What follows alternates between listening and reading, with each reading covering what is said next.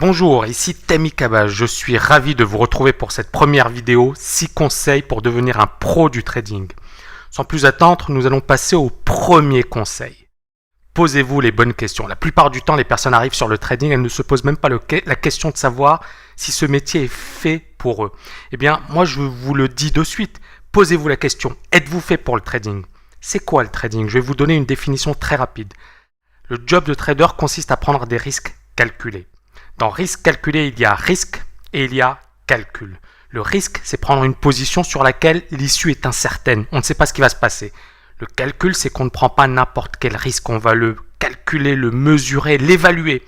Bref, le job d'un trader consiste à prendre de bons risques. C'est-à-dire de prendre des positions sur des situations probables et où finalement le potentiel de perte est faible. Et donc, le trader va acheter ou va vendre si et seulement si la probabilité que le mouvement se dessine est élevée. Mais il va également gérer son risque de manière optimale, c'est-à-dire qu'il ne va pas effectivement prendre des risques démesurés. Et donc, il est dans une situation où si le marché ne lui donne pas raison, il sort. Prenons le cas de l'immobilier, par exemple. Vous voulez acheter une maison. Vous allez évaluer le prix selon le marché, d'accord? Mais pas seulement. D'autres critères, etc. Mais le but pour vous, c'est de faire une bonne affaire, c'est-à-dire de ne pas acheter quelque chose trop cher et de se dire, si jamais je veux me défaire de mon bien immobilier, je peux m'en défaire très rapidement, à bon prix, et je suis sûr, ou quasi sûr, de pouvoir effectivement sortir avec soit une plus-value, soit une moins-value très faible. Le trading est un job qui se rapproche énormément des échecs. Pourquoi ? Parce que comme aux échecs, un bon trader, c'est un stratège. Donc, il élabore des stratégies en temps réel et en permanence. Il doit gérer ses émotions de manière optimale en situation. Il doit également être super concentré. Je vais revenir plus tard sur la concentration, l'importance de la concentration en trading. Certaines personnes pensent qu'il suffit d'avoir 6 écrans, un flux, un compte chez un courtier pour devenir trader. Non, trader, c'est un job. Il ne suffit pas effectivement d'avoir des écrans et d'avoir un compte chez un courtier pour se considérer comme un trader. Un trader, c'est un pro dans son domaine. Alors, au-delà des échecs, et c'est vrai que la différence entre le trading et les échecs, c'est qu'il y a l'enjeu financier. Un trader prend des risques avec son argent, avec son capital. Et à partir de là, il y a des gains et des pertes en permanence et en temps réel. Et donc, ça exerce une grosse pression sur le plan psychologique. Le trader parfait selon Michael Marcus. Michael Marcus est un grand trader de légende. Et selon Michael Marcus, le trading est une activité où l'on peut, si l'on est discipliné et méthodique, gagner $1 million très rapidement. Je trouve que Michael Marcus a raison. Pourquoi ? Parce qu'effectivement, il y a ces deux aspects, la discipline, la méthode. Et la discipline, ça veut dire être capable d'avoir un plan de trading et de l'appliquer. Et donc cette méthode, c'est avoir une méthode, un avantage par rapport aux autres. Un plan de trading, un ensemble de signaux qui nous permettent effectivement de battre les marchés. Selon Marcus, les traders qui réussissent ont les qualités suivantes. Tout d'abord, ils sont indépendants et ont une forte personnalité. Indépendant, ça veut dire quoi ? Ça veut dire être capable de ne pas suivre ce que font les autres. Et je vais beaucoup insister sur l'indépendance. D'accord ? L'indépendance, c'est quand tout le monde dit c'est vert, vous vous dites c'est rouge. L'indépendance, c'est quand tout le monde dit « moi je ne fais rien », vous vous dites « je fais ». D'accord ? Donc vous avez également le courage, c'est cette forte personnalité. Ils sont capables de prendre des positions que les autres traders ne sont pas capables de prendre et c'est ce qui caractérise un trader. Attention, et là c'est important, je vais faire un petit point.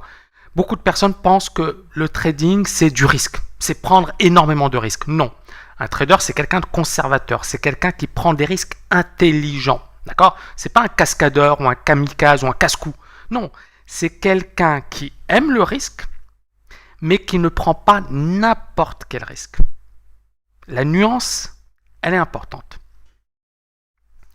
Un bon trader, à mon sens, doit également avoir cet esprit de compétition et être persévérant. Attention.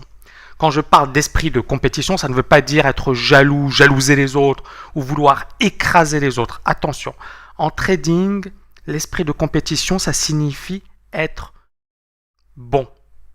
Faire en sorte de progresser, faire en sorte d'améliorer sa technique, son approche, d'accord?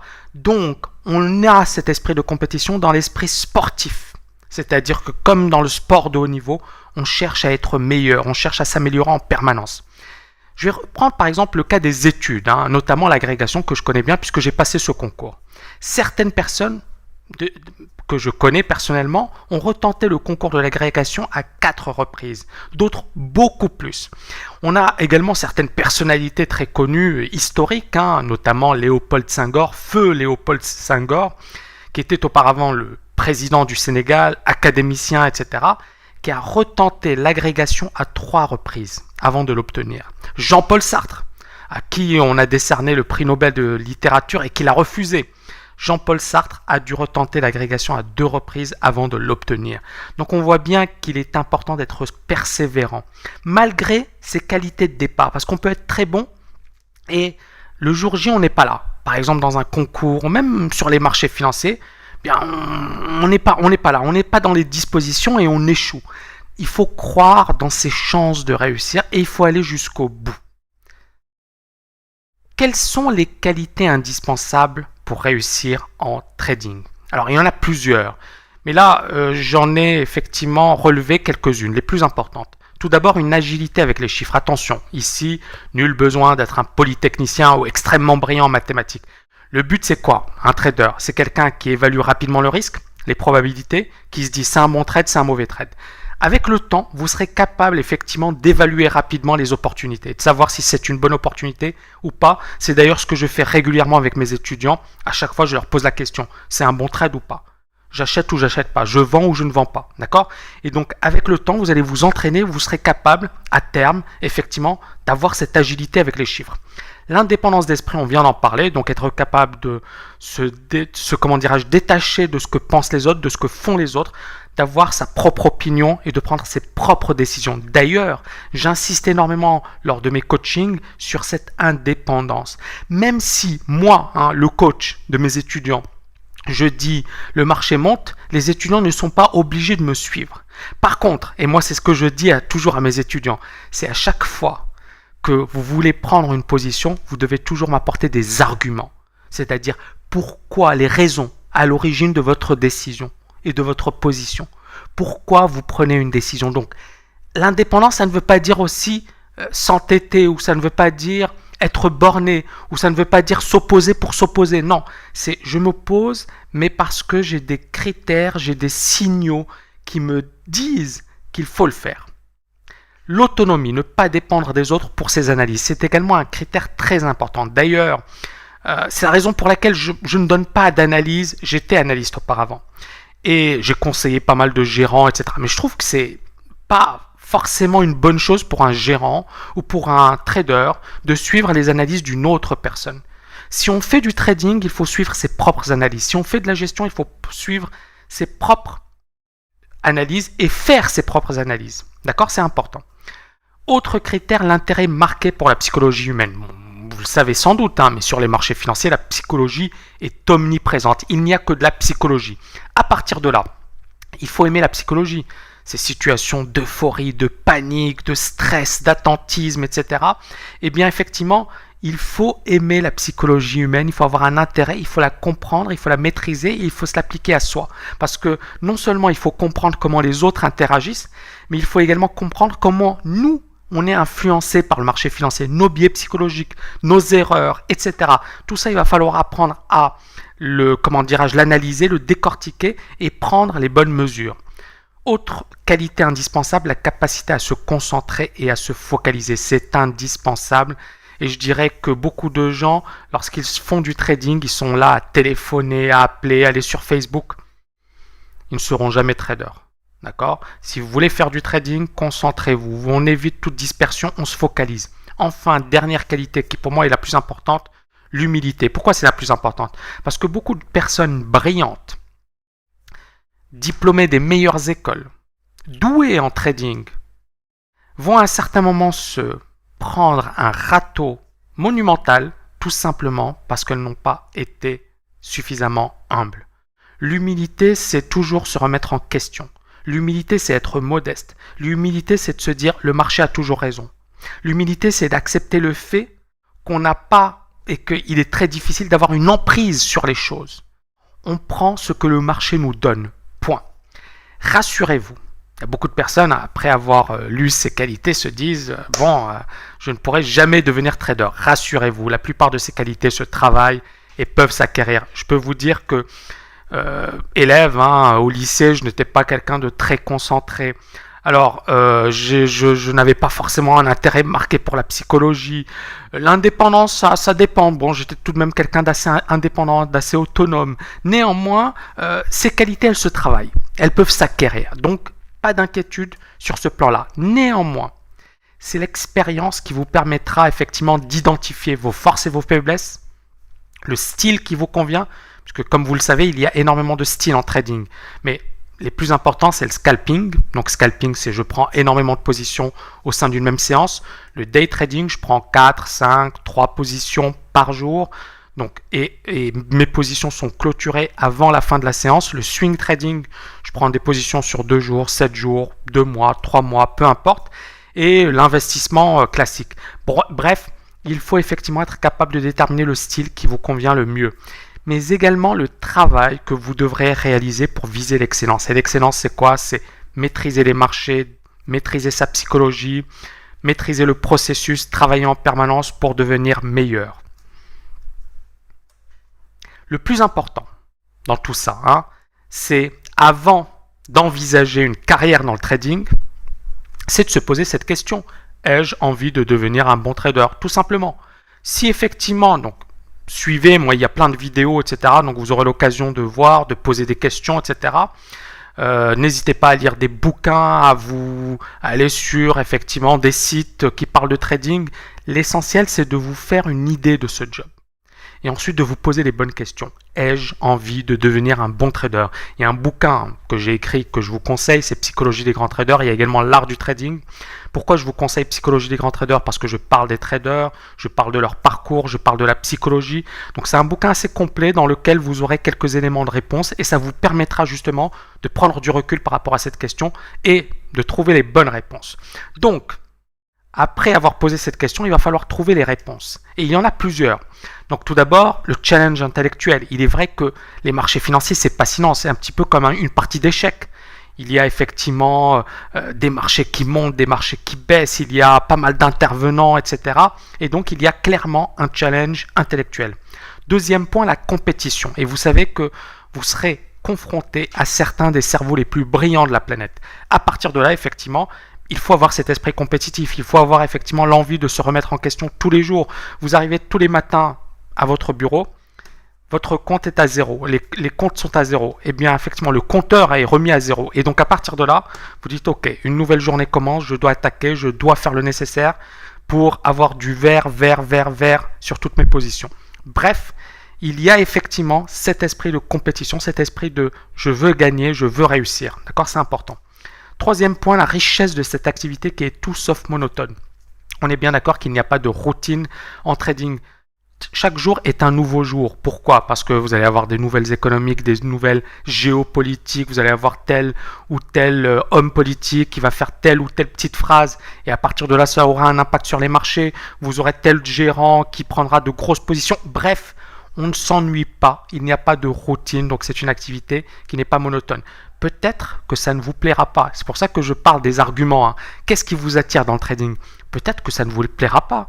Peut-être que vous êtes quelqu'un qui n'aime pas l'action et qui préfère effectivement être tranquille, avoir un job tranquille, etc. Chacun son truc. D'accord? Mais le plus important, c'est de déterminer les raisons pour lesquelles vous souhaitez faire du trading. D'accord? Et de vous dire, je veux faire ce job pour telle raison. C'est important. La flexibilité et l'autonomie que procure ce job. Ce job procure une flexibilité unique en son genre. Pourquoi?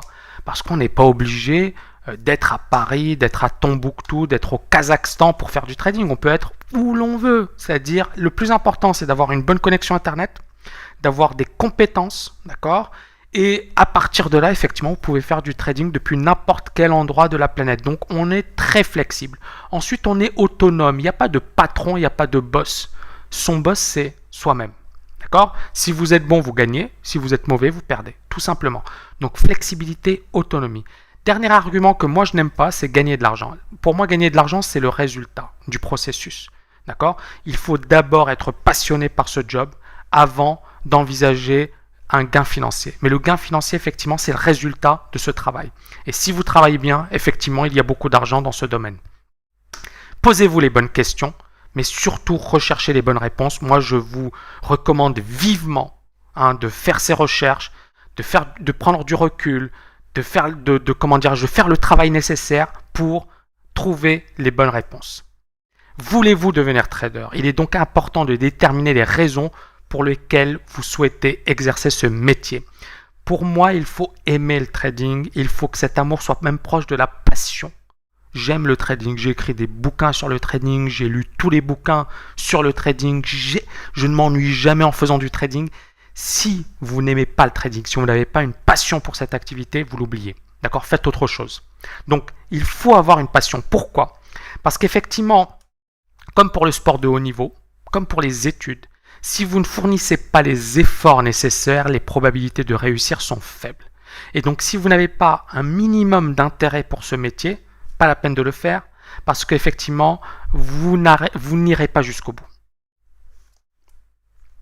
Conseil numéro 2 à présent, fixez une date limite pour réaliser votre rêve. Il y a beaucoup de personnes qui se disent « je vais devenir trader ». Elles ne le deviendront jamais. Il y a beaucoup de personnes qui disent « je vais perdre 50 kilos ». Elles ne les perdront jamais. Il y a beaucoup de personnes qui se disent « je veux arrêter de fumer ». Elles n'arrêteront jamais de fumer. Bref, je pense que quel que soit le domaine, il faut fixer une date butoir. Se dire « ok, voilà, la limite. Je veux avant telle date devenir bon dans ce domaine. Je veux avant telle date être capable de faire un 100 mètres en moins de, 13 secondes. On va pas parler des 10 secondes, etc. Bref, l'idée c'est quoi? C'est d'avoir un objectif, d'avoir une ambition et de se dire je vais tout faire pour le réaliser. J'espère que vous m'avez compris. Donc 1 an. Pourquoi 1 an? Parce que pour moi c'est une date optimale, c'est une période optimale, c'est une durée optimale. Donc sans date butoir, vous ne réussirez jamais. Donc première chose, vous avez la certitude de vouloir devenir trader.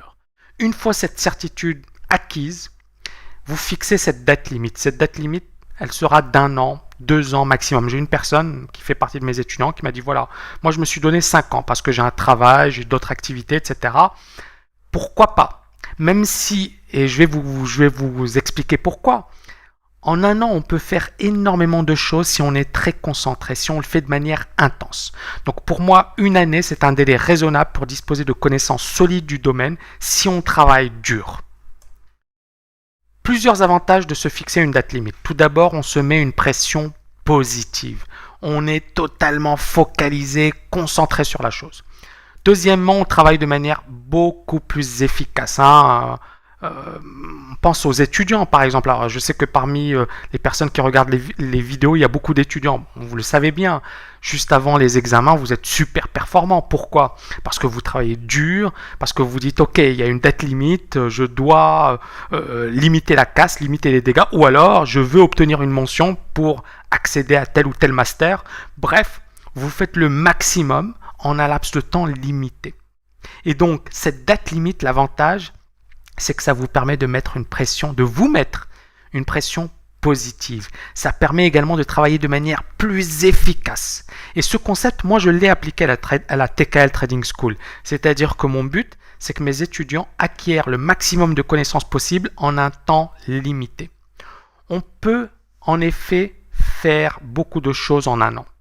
Beaucoup de choses. Plus de choses que vous n'imaginez. Par exemple, pour ceux qui passent des concours, on peut passer l'agrégation en 1 an.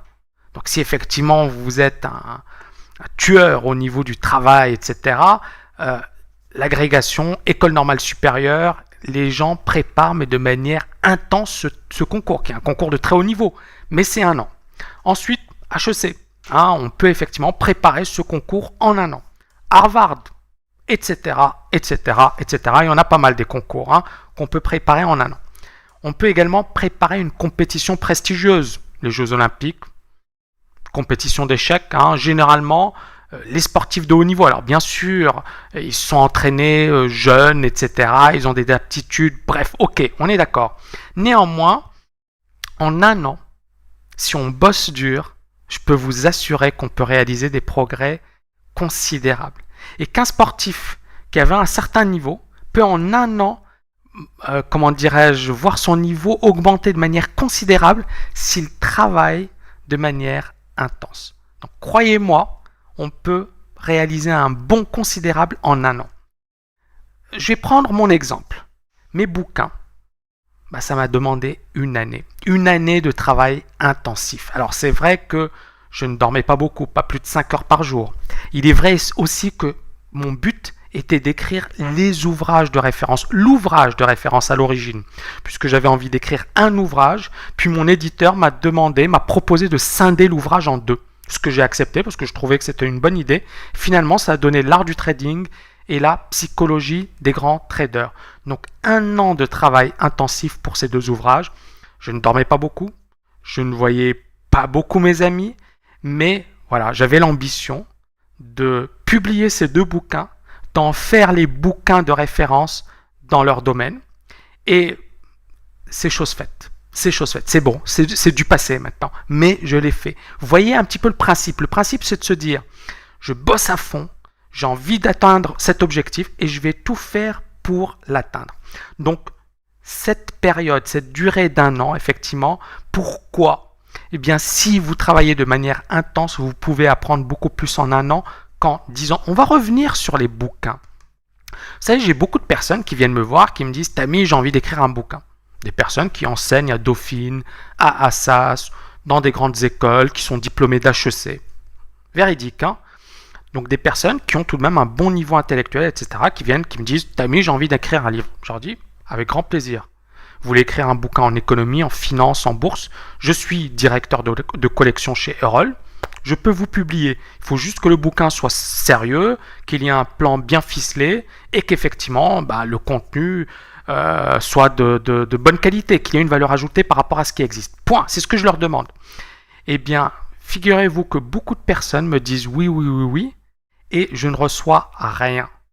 Et donc, à partir de là, une chose est sûre, c'est que beaucoup de personnes n'iront jamais jusqu'au bout. Que beaucoup de personnes vont abandonner. Pourquoi ? Parce qu'elles se diront c'est pas fait pour moi, c'est dur, ou tout simplement paresse. Simple paresse. Elles n'ont pas envie d'aller jusqu'au bout.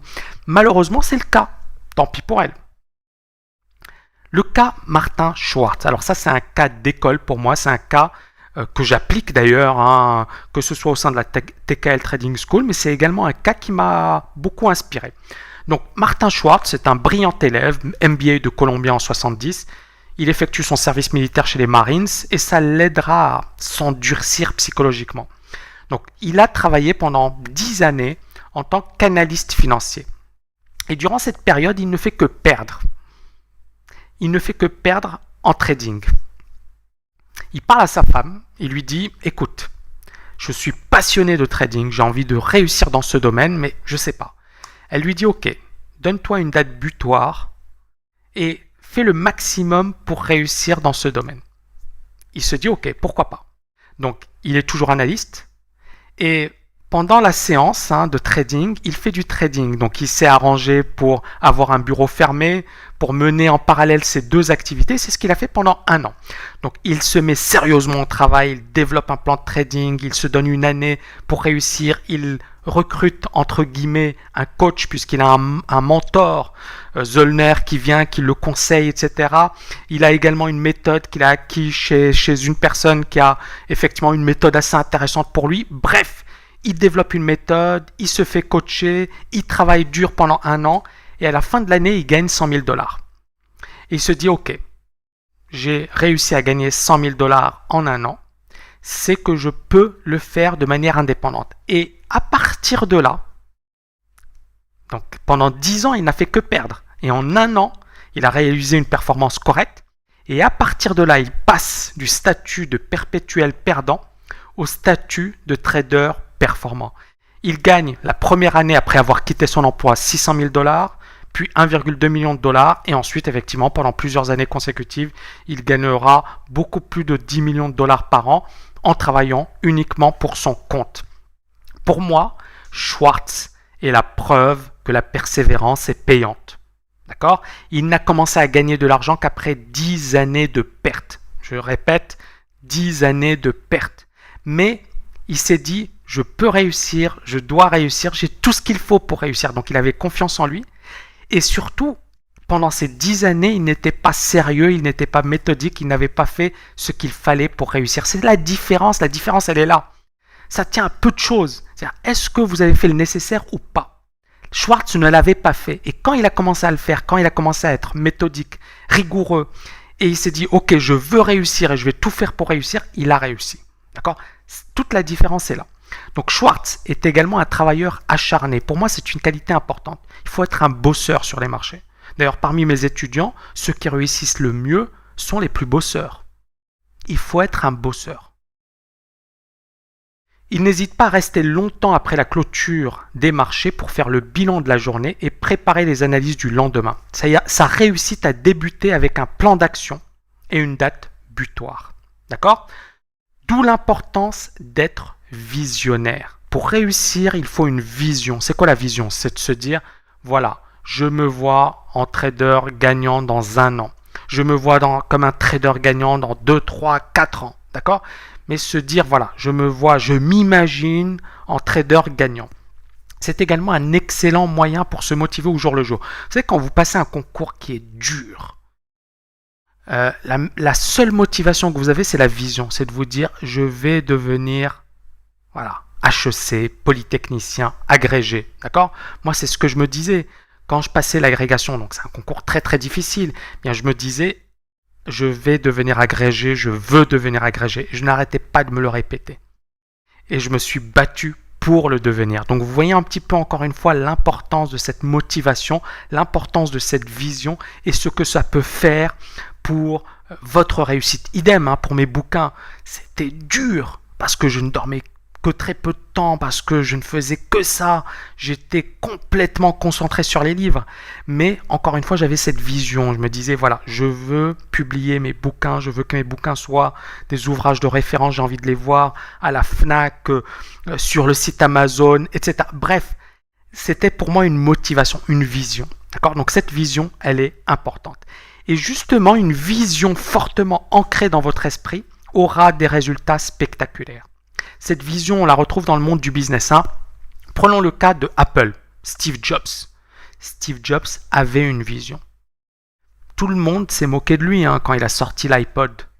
Aujourd'hui, on se moque beaucoup moins de lui parce qu'il a réussi un exploit. Dans les années 90, Apple était considérée comme une entreprise has-been.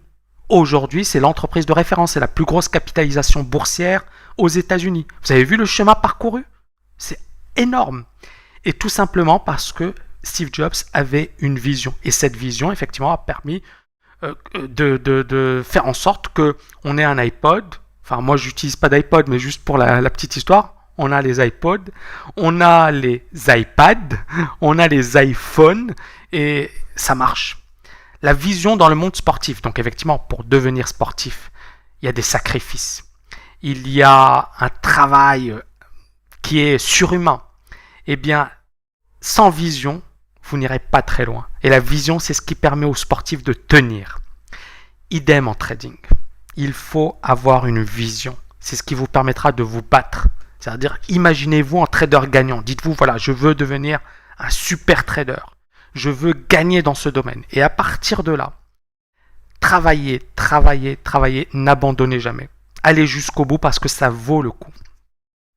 Soyez réaliste. Attention, il y a beaucoup de personnes qui veulent devenir Jesse Livermore, Paul Tudor Jones, etc. Ok, pourquoi pas. Et elles veulent le devenir avec $2000 ou 2000 €. Là, c'est un peu plus difficile. Soyez réaliste.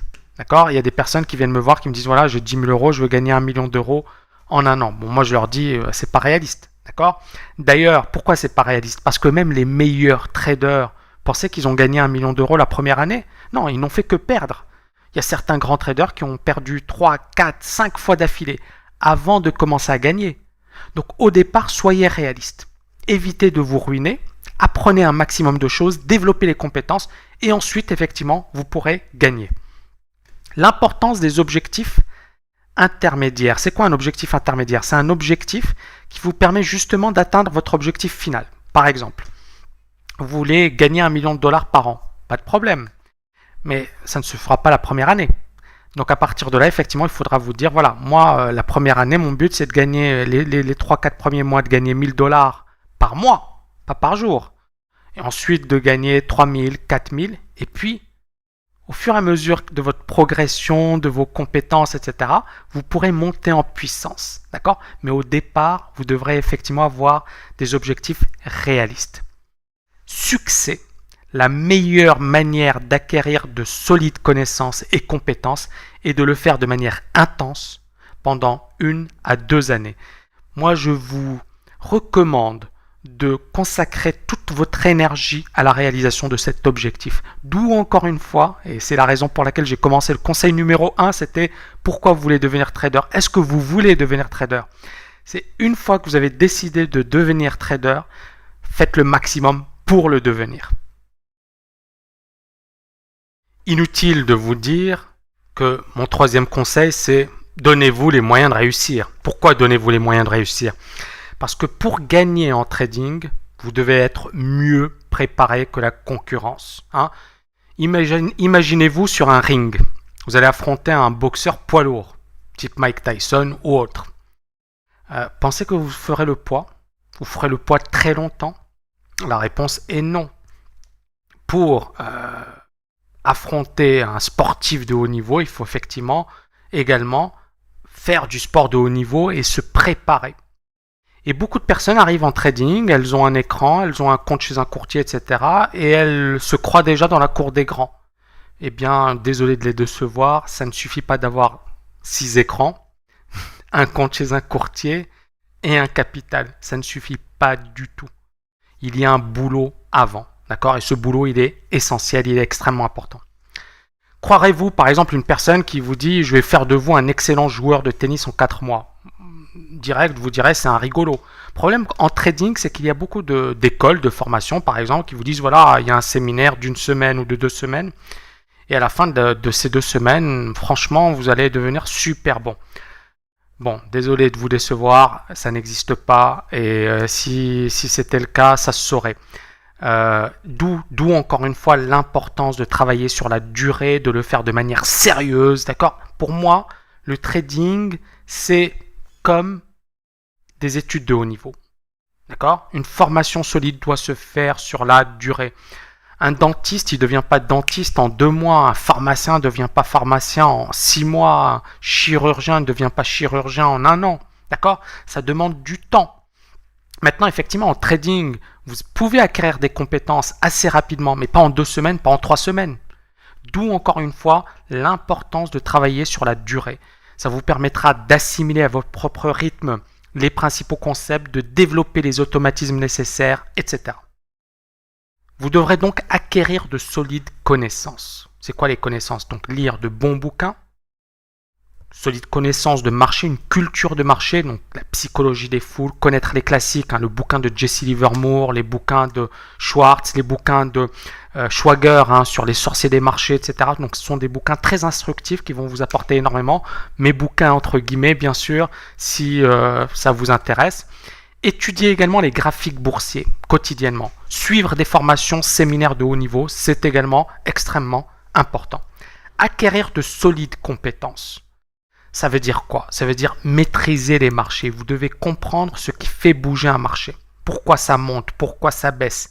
La psychologie, l'analyse technique, etc. Vous devrez également maîtriser votre marché parce qu'encore une fois, et moi j'insiste sur l'importance de la spécialisation. Il ne sert à rien de vouloir travailler sur tous les marchés. D'accord? Vous avez des personnes qui sont sur les actions, les devises, les matières premières et elles font quoi? N'importe quoi. D'accord? Focalisez-vous sur quelques actions ou quelques devises et devenez un spécialiste de ces marchés. Pour réussir en trading, il y a effectivement 2 paramètres importants. Tout d'abord, il y a le facteur temps. Le temps, c'est quoi? C'est le temps pour apprendre, pour assimiler, pour progresser. Vous ne deviendrez pas trader du jour au lendemain. Il y a également l'argent. C'est quoi? C'est le capital de trading. C'est également, et l'avantage du trading par rapport à d'autres activités, c'est qu'il n'y a pas des investissements énormes. On peut effectivement, on le verra juste après, mais c'est pas énorme, c'est pas considérable. On prend par exemple, on va opposer deux choses, un restaurant au trading. Dans le cas d'un nouveau restaurant, donc effectivement, vous avez trouvé une idée ou un concept original, vous dites tiens, ça peut marcher, etc. Ensuite, il y a des investissements. D'accord? Et ces investissements peuvent être conséquents. Par exemple, il y a de la publicité, télé, radio, flyers. Vous allez recruter du personnel, cuisiniers, serveurs, comptables, etc. Vous allez également acheter ou louer des locaux, les décorer, emprunter auprès de la banque, etc. Bref, il y a des investissements qui sont conséquents. En trading, les choses sont différentes. Pourquoi? Parce que les investissements fixes sont faibles. C'est-à-dire qu'avec 2000 euros, vous avez déjà une plateforme de trading. Vous pouvez ouvrir un compte chez un courtier avec 3, 4000, 5000 euros au grand maximum. Et alors, c'est pas suffisant pour faire du trading, mais vous pouvez commencer avec 5000 euros. C'est ça ce qui est important. Et l'investissement immatériel est le plus important. C'est-à-dire qu'en trading, le plus important, c'est quoi? C'est d'acquérir des compétences.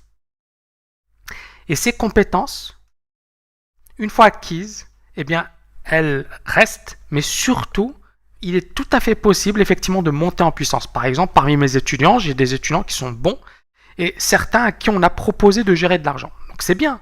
Mais ça veut dire quoi? Ça veut dire qu'une fois que vous avez ces compétences, vous pouvez très bien monter en puissance.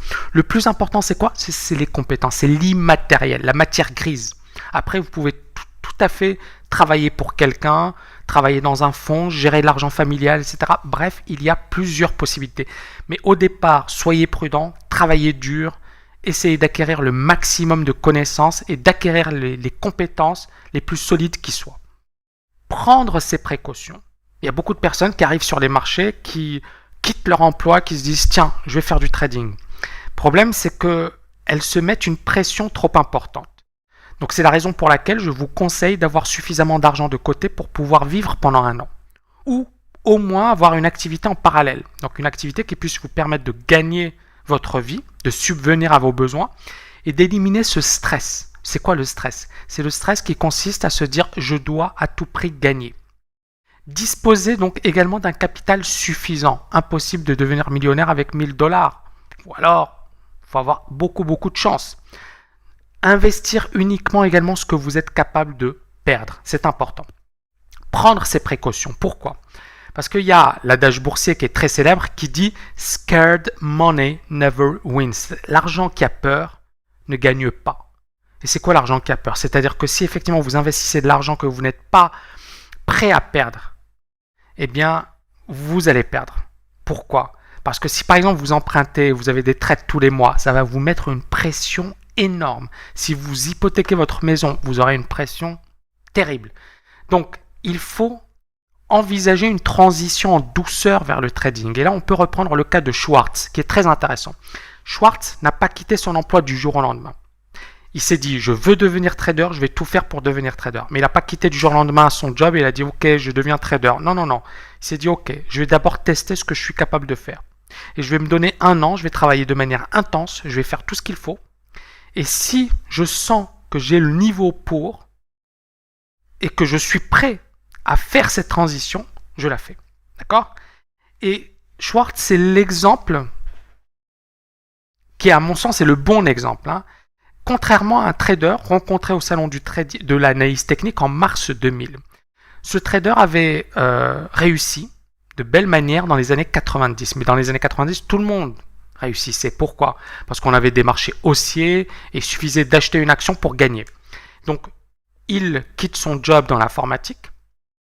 Il emprunte de l'argent. Il avait gagné des centaines de milliers d'euros dans les années 90. Et il emprunte de l'argent. Il quitte son job et il investit tout avec un effet de levier 5. Malheureusement pour lui, on a le crack. Il est ruiné. Il perd toutes ses économies et en plus, il est endetté. D'accord? Donc, on voit là un cas extrême. Faites attention et ne faites pas n'importe quoi sur les marchés, s'il vous plaît. Conseil numéro 4, soyez indépendant. Soyez indépendant, ça veut dire quoi? Ça veut dire éviter de suivre les gourous. D'accord? Même si moi, Tammy Kaba, je vous dis le marché va monter, ne me suivez pas. Ne vous basez jamais sur l'opinion des autres pour prendre une position. Basez-vous sur ce que dit le marché, sur vos graphiques, sur votre analyse de marché. Et donc, les compétences sont importantes. Pourquoi? Parce que parfois, on a ces phénomènes de foule. C'est-à-dire qu'à un certain moment, vous avez tout le monde qui pense la même chose. Et quand tout le monde pense la même chose, c'est qu'il faut faire l'inverse. D'ailleurs, j'oblige mes étudiants à effectuer eux-mêmes leur propre diagnostic de marché et leur stratégie pour la séance. D'accord? Parce que c'est en faisant ce travail qu'ils deviendront bons. C'est fondamental. Si vous prenez une position, vous devrez impérativement savoir pourquoi et être capable de la couper rapidement si les raisons ne sont plus valables. Imaginez le cas d'une personne qui demande conseil à une autre. Donc la personne lui dit voilà, il faut acheter Société Générale. Je prends Société Générale au hasard. Et cette personne se dit ok, j'achète Société Générale. Le titre Société Générale se retourne et la personne garde la position. Et elle n'a pas le réflexe de se dire mais est-ce que le scénario est encore bon? Est-ce qu'il est valable? Est-ce que je peux conserver la position? Petite histoire en passant. Mon cousin m'appelle, alors c'était juste avant l'effondrement de la Société Générale. Il m'appelle en 2008, il me dit, voilà, Tammy, j'ai plein de titres de la Société Générale et je ne sais pas ce qui va se passer. Tu en penses quoi? Le titre Société Générale valait 80-90 euros. 90 euros. Écoute, moi je regarde les graphiques, je vois les divergences, je vois les signaux baissiers. Je lui dis, ça sent pas bon. Il faut sortir de cette position. Il ne sort pas de sa position, bien sûr. Le marché s'effondre. Et pourquoi je dis ça? Parce qu'effectivement, il m'avait dit oui au départ. Donc moi, je pensais qu'il a été sorti de cette position. Mais dans les faits, il n'est pas sorti de sa position. Il ne me l'a dit que bien plus tard. Et malheureusement, c'est toujours le cas. C'est-à-dire que ça ne sert à rien de conseiller, je pense. D'où encore une fois l'importance d'avoir ses compétences, d'avoir la capacité de prendre soi-même ses décisions et de ne pas se baser sur les autres pour prendre ses décisions. Donc être capable d'établir son propre diagnostic de marché est la meilleure manière de progresser et de devenir bon en trading. Cette indépendance, on la retrouve également chez les grands traders, notamment Bernard Baruch. Baruch, milliardaire américain, spéculateur de génie, de renom, qui demandait toujours à ses courtiers de ne pas lui parler d'un titre sur lequel il était positionné. Donc pour la petite histoire, quand j'étais à Londres, donc je bossais au sein d'un hedge fund, et mon boss à l'époque était plus analyse fondamentale. Et donc il aimait bien écouter ses courtiers. Et un jour il vient, il me dit, voilà, Tammy, mon courtier m'a dit d'acheter Bouygues. Et donc il me pose la question, je regarde les graphiques, je lui dis c'est super baissier, il ne faut pas acheter. Qu'est-ce qu'il fait? Il achète quand même. Et ça m'a appris une chose, encore une fois, c'est que beaucoup de gens finalement sont influencés par les courtiers, par ce bruit. Et j'insiste énormément sur l'indépendance. Soyez indépendant. N'écoutez pas les autres, ne suivez pas les autres, même moi. D'accord? Ne m'écoutez pas. Encore une fois, vous pouvez m'écouter quand il s'agit de trading, de coaching, etc. Donc c'est mon domaine de prédilection, mais ne suivez pas mes analyses. C'est la raison pour laquelle je pourrais gagner plein d'argent en donnant des analyses. Je ne le fais pas parce que je sais que c'est pas forcément une bonne chose, tout simplement. D'accord? Que ça n'apporte pas un plus. Il y a plein d'analystes, plein d'économistes. Moi, je me suis focalisé sur mon trading et cette école de trading, je considère que c'est un super concept, que ça permet d'aider les gens, de développer des compétences et c'est la raison pour laquelle je suis très enthousiaste sur ce concept. Et encore une fois, c'est ce que j'enseigne à mes étudiants, c'est d'être indépendant, de ne pas suivre les autres, de se fier à son jugement. Et c'est très important. Se fier à son jugement, ça veut dire quoi?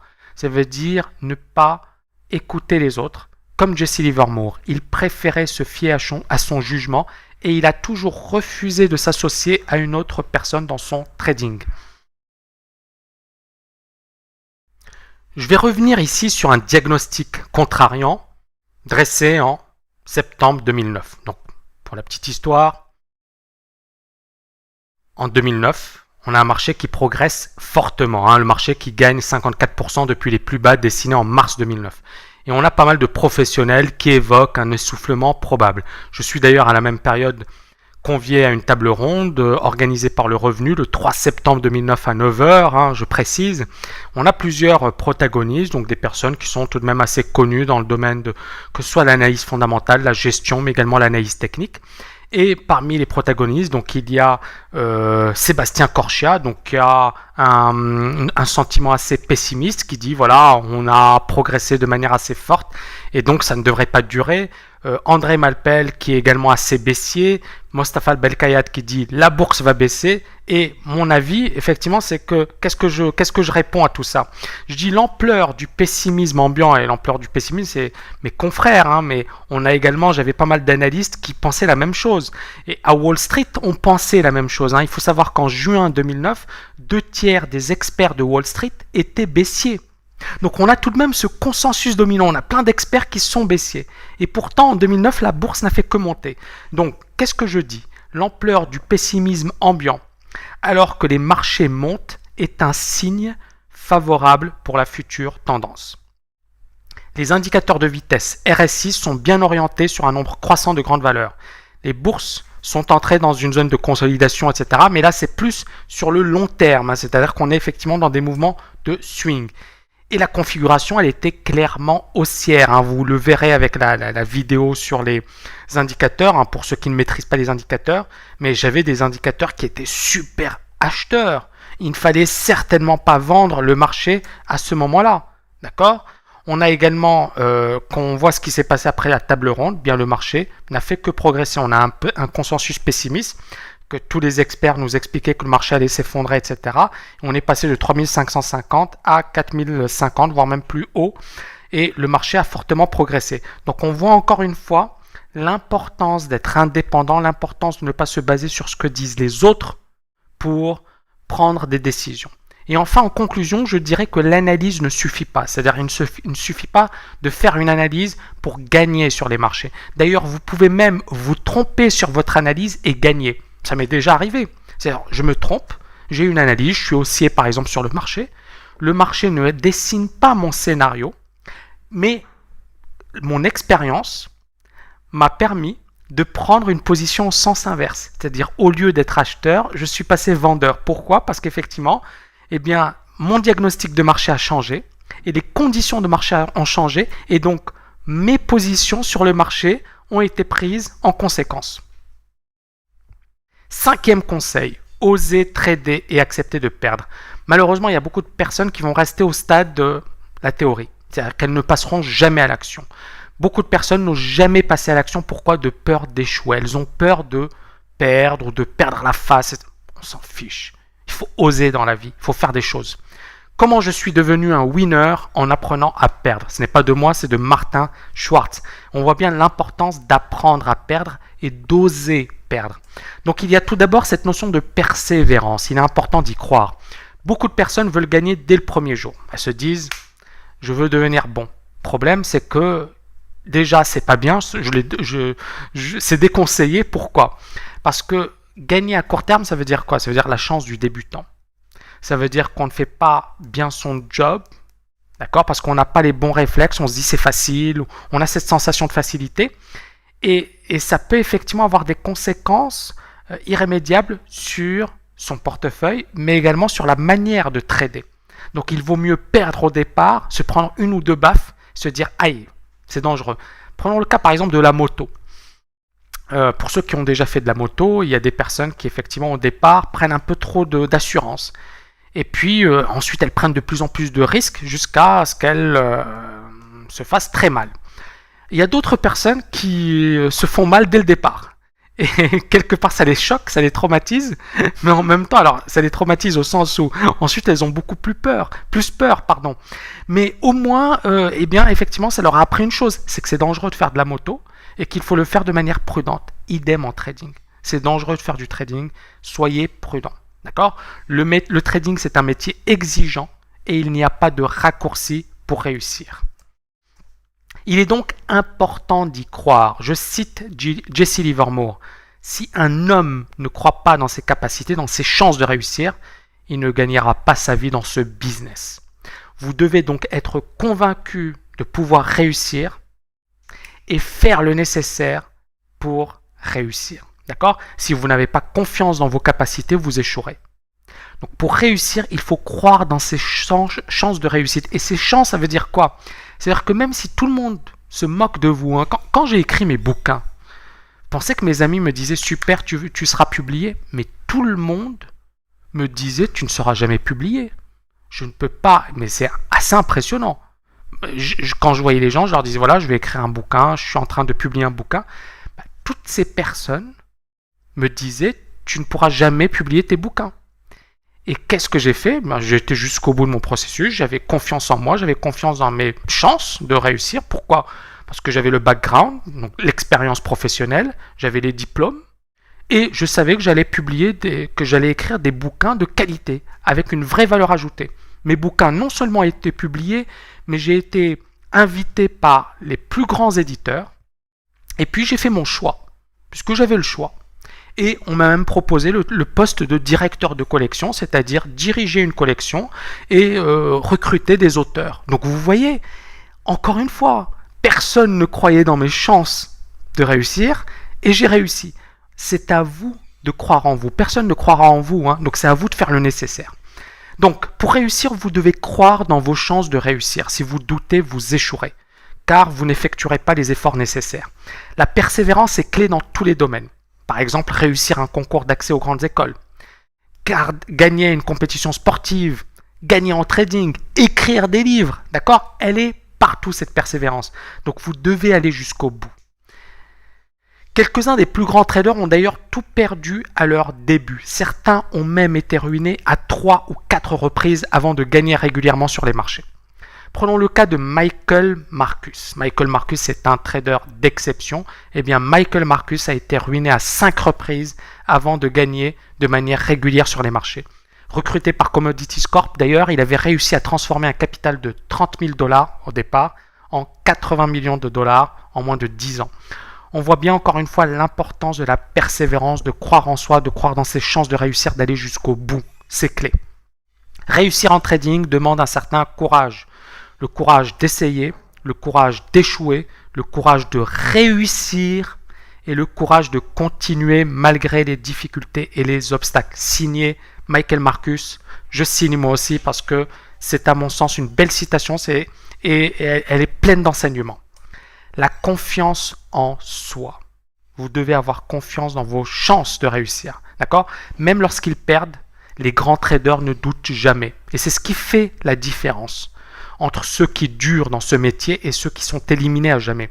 Soros, par exemple, a gagné, a perdu des milliards de dollars, mais il a continué, il a persévéré. Donc sans confiance dans vos capacités, vous ne ferez pas long feu. Là, je vais m'attarder sur Tom Baldwin de King, le roi. Pourquoi le roi? Le roi du pit de Chicago. C'est une véritable légende et d'ailleurs on le surnommait le roi du pit de Chicago. Imaginez ce monsieur, il n'a pas de bagage académique, c'est un boucher. Donc il a un diplôme mais pas de Harvard, etc. Il travaille comme boucher et il se dit j'ai envie de faire du trading. Bon, il débute sur les marchés en 82, il a 25 000 $ en poche, donc c'est ses économies, une femme enceinte, aucune connaissance des marchés. Et qu'est-ce qu'il fait? Il vient sur le pit, il regarde les autres, il prend de petites positions et il apprend. Et quand il se dit, ok, là j'ai appris plein de choses, là j'ai maîtrisé un petit peu le concept, il monte en puissance, d'accord? Donc malgré ces lourdes contraintes, parce que c'était pas évident, hein, femme enceinte, pas beaucoup d'argent, pas vraiment de compétences, etc. Malgré ces contraintes, il devient millionnaire en dollars en un an. Alors c'est une success story à l'américaine, mais bon, ça fait plaisir les success stories, c'est stimulant, mais c'est pas impossible. Mais encore une fois, il y a du boulot. Et il devient par la suite l'un des plus gros intervenants sur le marché des T-bonds. Il faut savoir une chose, c'est que beaucoup trop de personnes ne réussiront jamais car elles n'auront pas osé. D'accord? Il y a beaucoup de personnes qui se disent j'aurais pu, j'aurais dû, si. Ces personnes, malheureusement, n'ont jamais été jusqu'au bout. Je pense qu'à un certain moment, il faut savoir ce qu'on veut dans la vie. C'est-à-dire, il y a beaucoup de gens qui vous disent voilà ceci, voilà cela. Non. Il faut savoir ce qu'on veut dans la vie et il faut aller jusqu'au bout de ses envies. Conseil numéro 6 à présent, l'humilité. Pour moi, c'est un conseil clé. Le marché a toujours raison. Là, je vais revenir rapidement sur un cas d'école.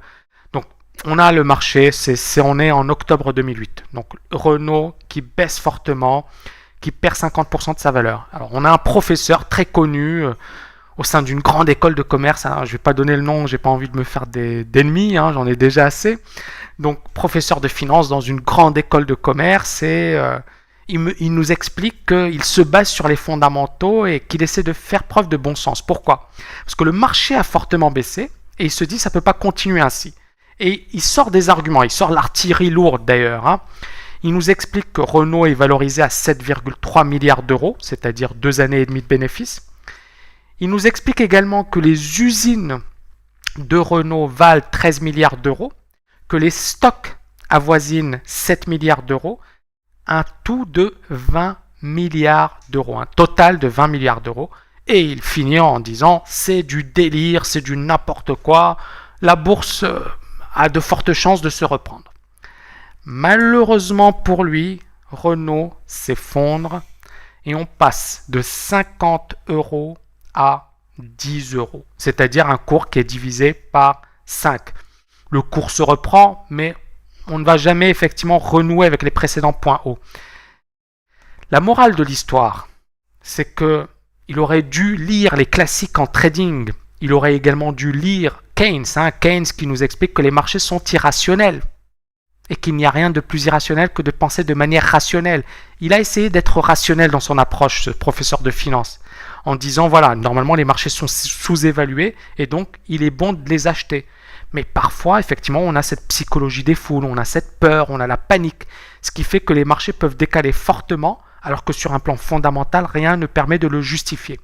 D'accord? Et Ed Seykota qui a cette phrase que je trouve magnifique, il est inutile d'essayer de comprendre les marchés financiers. C'est comme si une personne essayait de comprendre la musique. Cela n'a aucun sens. Idem, ça ne sert à rien. Reprenons le cas de Renault. Ok, ça a baissé, pourquoi? Parce que panique, parce qu'on a eu d'autres raisons, etc. Mais encore une fois, sur un plan technique, les marchés étaient baissiers. Moi, je n'aurais pas acheté ce marché. Loin de là. Je l'aurais acheté plus tard, mais certainement pas à 50 euros. Et d'ailleurs, tous mes indicateurs sur le plan technique me disaient c'est vendeur. Et c'est ce qui fait dire à Michael Marcus, il faut d'abord sortir, puis rechercher la raison. Sortir, ça veut dire quoi? Ça veut dire que dès que vous constatez un mouvement adverse important, par exemple, vous constatez que le marché ne va pas dans votre sens, qu'est-ce que vous faites? Vous sortez d'abord, puis vous recherchez la raison. C'est ce que fait Marcus. Dès que l'on constate un mouvement adverse important pour lequel nous ne trouvons aucune explication plausible, nous sortons d'abord de la position, puis nous recherchons la raison ensuite. La raison importe peu. Et cette phrase de Jesse Livermore, elle vaut de l'or. Pour moi, c'est d'ailleurs une phrase qui m'a beaucoup marqué durant ma carrière. Derrière chaque mouvement majeur, il y a une force irrésistible. C'est tout ce qu'il importe de savoir. Il n'est pas bon de chercher à comprendre à tout prix le pourquoi des mouvements des prix. Vous prenez le risque de perturber votre esprit avec des éléments inutiles. Reconnaissez juste que le mouvement existe et tirez-en profit en choisissant la direction adéquate pour réaliser un profit. Et comment on peut faire ça? Eh bien, tout simplement en acceptant et en embrassant l'incertitude. Donc, il faut accepter le caractère totalement aléatoire des marchés. C'est-à-dire qu'il n'y a pas de certitude sur les marchés. Ça peut monter comme ça peut baisser. Il n'y a aucune explication plausible. Votre but n'est pas, et encore une fois, de rechercher des explications. Votre but, c'est d'anticiper ce que va faire le marché et d'établir les meilleures stratégies possibles. Ça veut dire quoi? Ça veut dire un risque faible, un potentiel élevé. C'est ça le job du trader. Prenez vos responsabilités. Il y a beaucoup de personnes qui refusent de se remettre en cause. C'est toujours la faute aux autres. La faute au marché, la faute aux courtiers, la faute aux analystes. À un certain moment, il faut savoir ce qu'on veut. Prenez vos responsabilités. Vous voulez devenir un trader? Donc évitez de remettre en cause les autres. Dites-vous, est-ce que j'ai bien fait mon job? Est-ce que j'ai fait ce qu'il fallait? Et qu'est-ce que je dois faire pour devenir bon dans mon domaine? Embrassez totalement l'incertitude. D'accord? Un trader professionnel, il embrasse totalement l'incertitude grâce à un entraînement spécifique et à des techniques de visualisation des marchés. C'est quoi la visualisation des marchés? C'est qu'avant même l'ouverture du marché, il imagine tous les scénarios possibles. Il se dit, voilà, si ça monte, voilà ce que je fais. Si ça baisse, voilà ce que je fais. Si le marché se stabilise, voilà ce que je fais. Bref, comme un joueur d'échecs, en permanence, il élabore des stratégies et il essaie de repérer les meilleures configurations possibles. Je vous remercie infiniment pour votre attention. J'espère que vous avez aimé. Donc, vidéo assez dynamique, première vidéo. Laissez-moi vos commentaires, laissez-moi vos questions et j'essaierai d'y répondre avec grand plaisir. À très très bientôt et merci infiniment parce qu'elles n'ont pas été suffisamment humbles. L'humilité, c'est toujours se remettre en question. L'humilité, c'est être modeste. L'humilité, c'est de se dire le marché a toujours raison. L'humilité, c'est d'accepter le fait qu'on n'a pas et qu'il est très difficile d'avoir une emprise sur les choses. On prend ce que le marché nous donne. Point. Rassurez-vous. Il y a beaucoup de personnes, après avoir lu ces qualités, se disent « Bon, je ne pourrai jamais devenir trader. » Rassurez-vous, la plupart de ces qualités se travaillent et peuvent s'acquérir. Je peux vous dire que élève, au lycée, je n'étais pas quelqu'un de très concentré. Alors, je n'avais pas forcément un intérêt marqué pour la psychologie. L'indépendance, ça dépend. Bon, j'étais tout de même quelqu'un d'assez indépendant, d'assez autonome. Néanmoins, ces qualités, elles se travaillent. Elles peuvent s'acquérir. Donc, pas d'inquiétude sur ce plan-là. Néanmoins, c'est l'expérience qui vous permettra effectivement d'identifier vos forces et vos faiblesses, le style qui vous convient, parce que comme vous le savez, il y a énormément de styles en trading. Mais les plus importants, c'est le scalping. Donc scalping, c'est je prends énormément de positions au sein d'une même séance. Le day trading, je prends 4, 5, 3 positions par jour. Donc, et mes positions sont clôturées avant la fin de la séance. Le swing trading, je prends des positions sur 2 jours, 7 jours, 2 mois, 3 mois, peu importe. Et l'investissement classique. Bref, il faut effectivement être capable de déterminer le style qui vous convient le mieux. Mais également le travail que vous devrez réaliser pour viser l'excellence. Et l'excellence, c'est quoi? C'est maîtriser les marchés, maîtriser sa psychologie, maîtriser le processus, travailler en permanence pour devenir meilleur.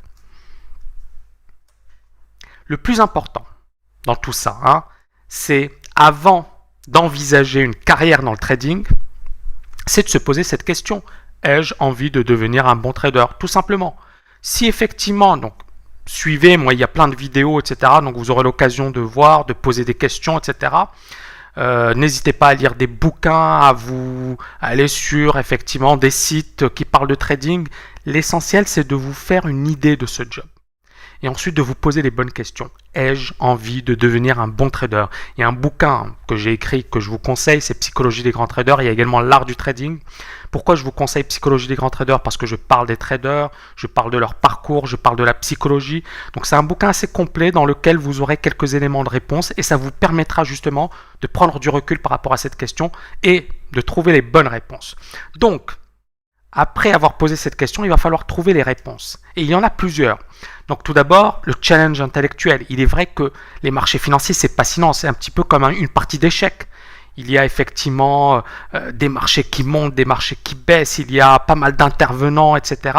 Et donc, il y a clairement un challenge intellectuel.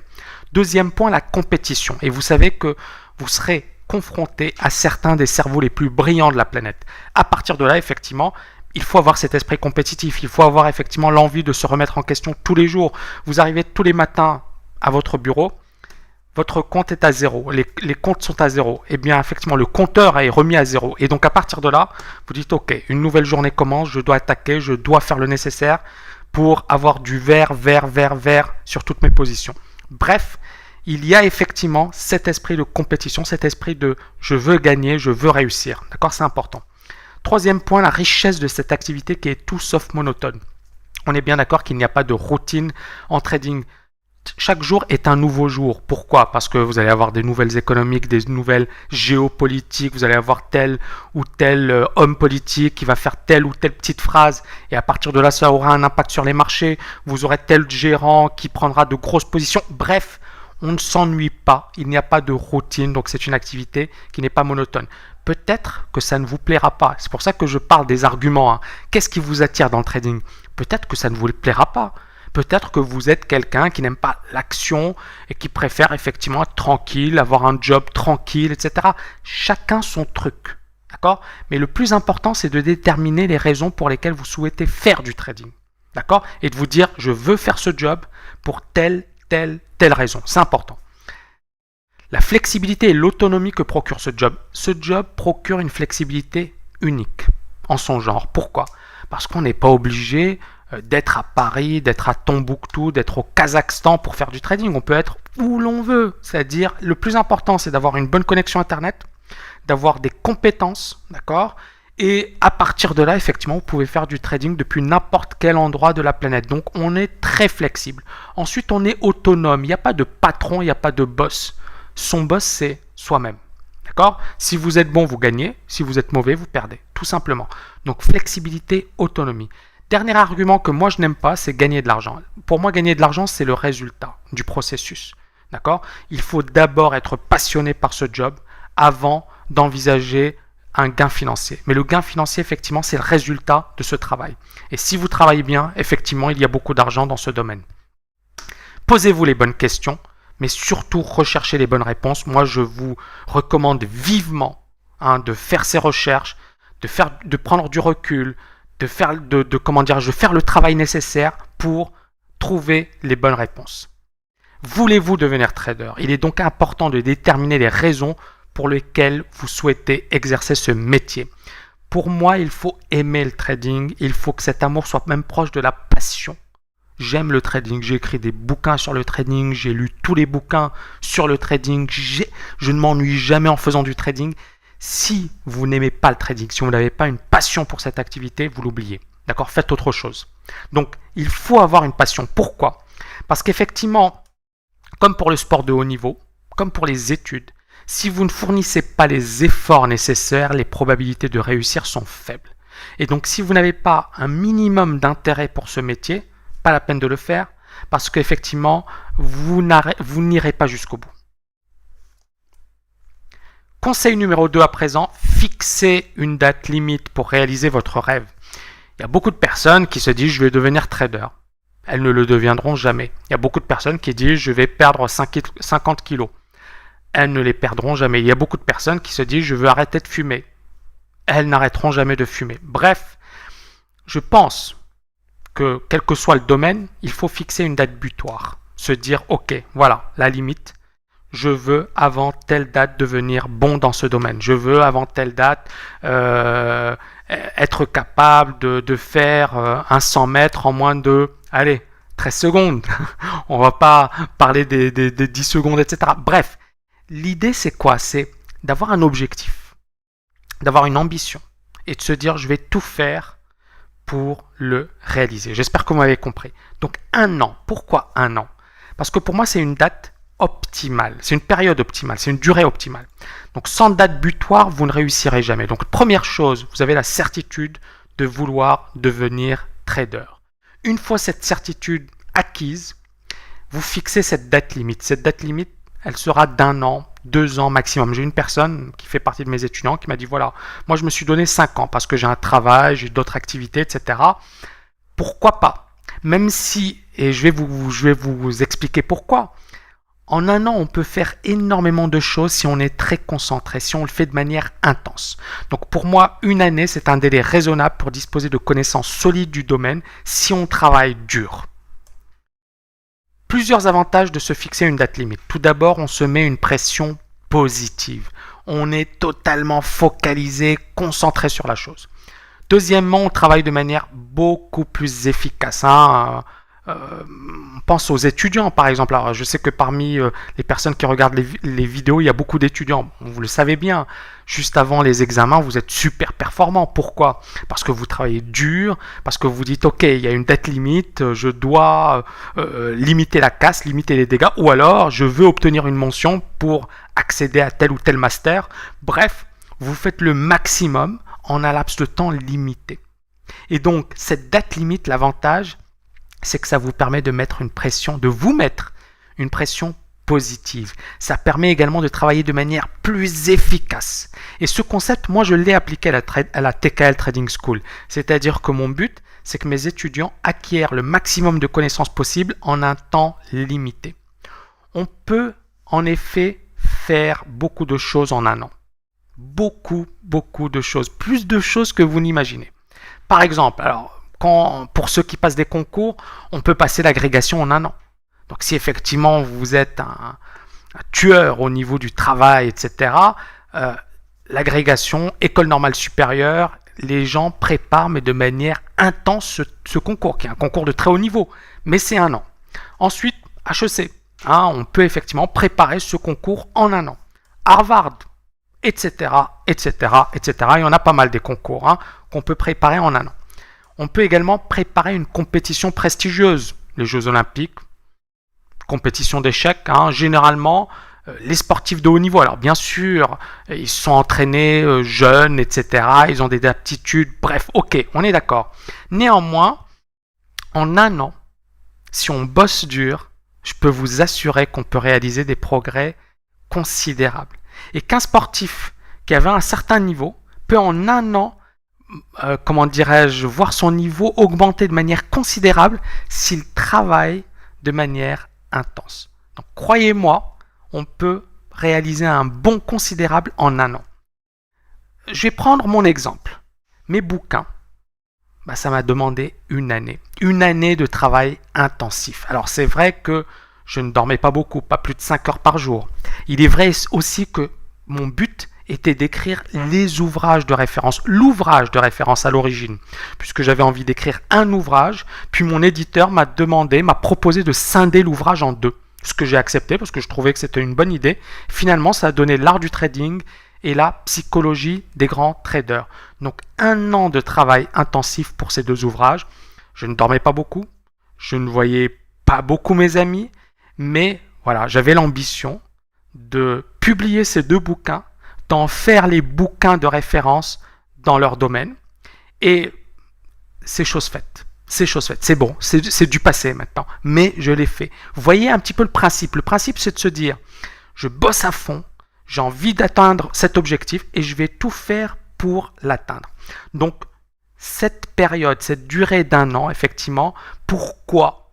Eh bien, si vous travaillez de manière intense, vous pouvez apprendre beaucoup plus en un an qu'en 10 ans. On va revenir sur les bouquins. Vous savez, j'ai beaucoup de personnes qui viennent me voir, qui me disent « Tammy, j'ai envie d'écrire un bouquin ». Des personnes qui enseignent à Dauphine, à Assas, dans des grandes écoles, qui sont diplômées d'HEC. Véridique, Donc des personnes qui ont tout de même un bon niveau intellectuel, etc., qui viennent, qui me disent « Tammy, j'ai envie d'écrire un livre ». Je leur dis « Avec grand plaisir ». Vous voulez écrire un bouquin en économie, en finance, en bourse? Je suis directeur de collection chez Erol. Je peux vous publier. Il faut juste que le bouquin soit sérieux, qu'il y ait un plan bien ficelé et qu'effectivement le contenu soit de bonne qualité, qu'il y ait une valeur ajoutée par rapport à ce qui existe. Point. C'est ce que je leur demande. Eh bien, figurez-vous que beaucoup de personnes me disent oui, oui, oui, oui, et je ne reçois rien. Et donc, à partir de là, une chose est sûre, c'est que beaucoup de personnes n'iront jamais jusqu'au bout. Que beaucoup de personnes vont abandonner. Pourquoi ? Parce qu'elles se diront c'est pas fait pour moi, c'est dur, ou tout simplement paresse. Simple paresse. Elles n'ont pas envie d'aller jusqu'au bout. Malheureusement, c'est le cas. Tant pis pour elles. Le cas Martin Schwartz. Alors ça, c'est un cas d'école pour moi. C'est un cas que j'applique d'ailleurs, que ce soit au sein de la TKL Trading School, mais c'est également un cas qui m'a beaucoup inspiré. Donc Martin Schwartz, c'est un brillant élève, MBA de Columbia en 70. Il effectue son service militaire chez les Marines et ça l'aidera à s'endurcir psychologiquement. Donc il a travaillé pendant 10 années en tant qu'analyste financier. Et durant cette période, il ne fait que perdre. Il ne fait que perdre en trading. Il parle à sa femme, il lui dit « Écoute, je suis passionné de trading, j'ai envie de réussir dans ce domaine, mais je ne sais pas. » Elle lui dit « Ok, donne-toi une date butoir et fais le maximum pour réussir dans ce domaine. » Il se dit « Ok, pourquoi pas ?» Donc, il est toujours analyste et Pendant la séance de trading, il fait du trading. Donc il s'est arrangé pour avoir un bureau fermé, pour mener en parallèle ces deux activités. C'est ce qu'il a fait pendant 1 an. Donc il se met sérieusement au travail, il développe un plan de trading, il se donne une année pour réussir. Il recrute entre guillemets un coach puisqu'il a un mentor, Zollner, qui vient, qui le conseille, etc. Il a également une méthode qu'il a acquis chez une personne qui a effectivement une méthode assez intéressante pour lui. Bref, il développe une méthode, il se fait coacher, il travaille dur pendant 1 an et à la fin de l'année, il gagne 100 000 $.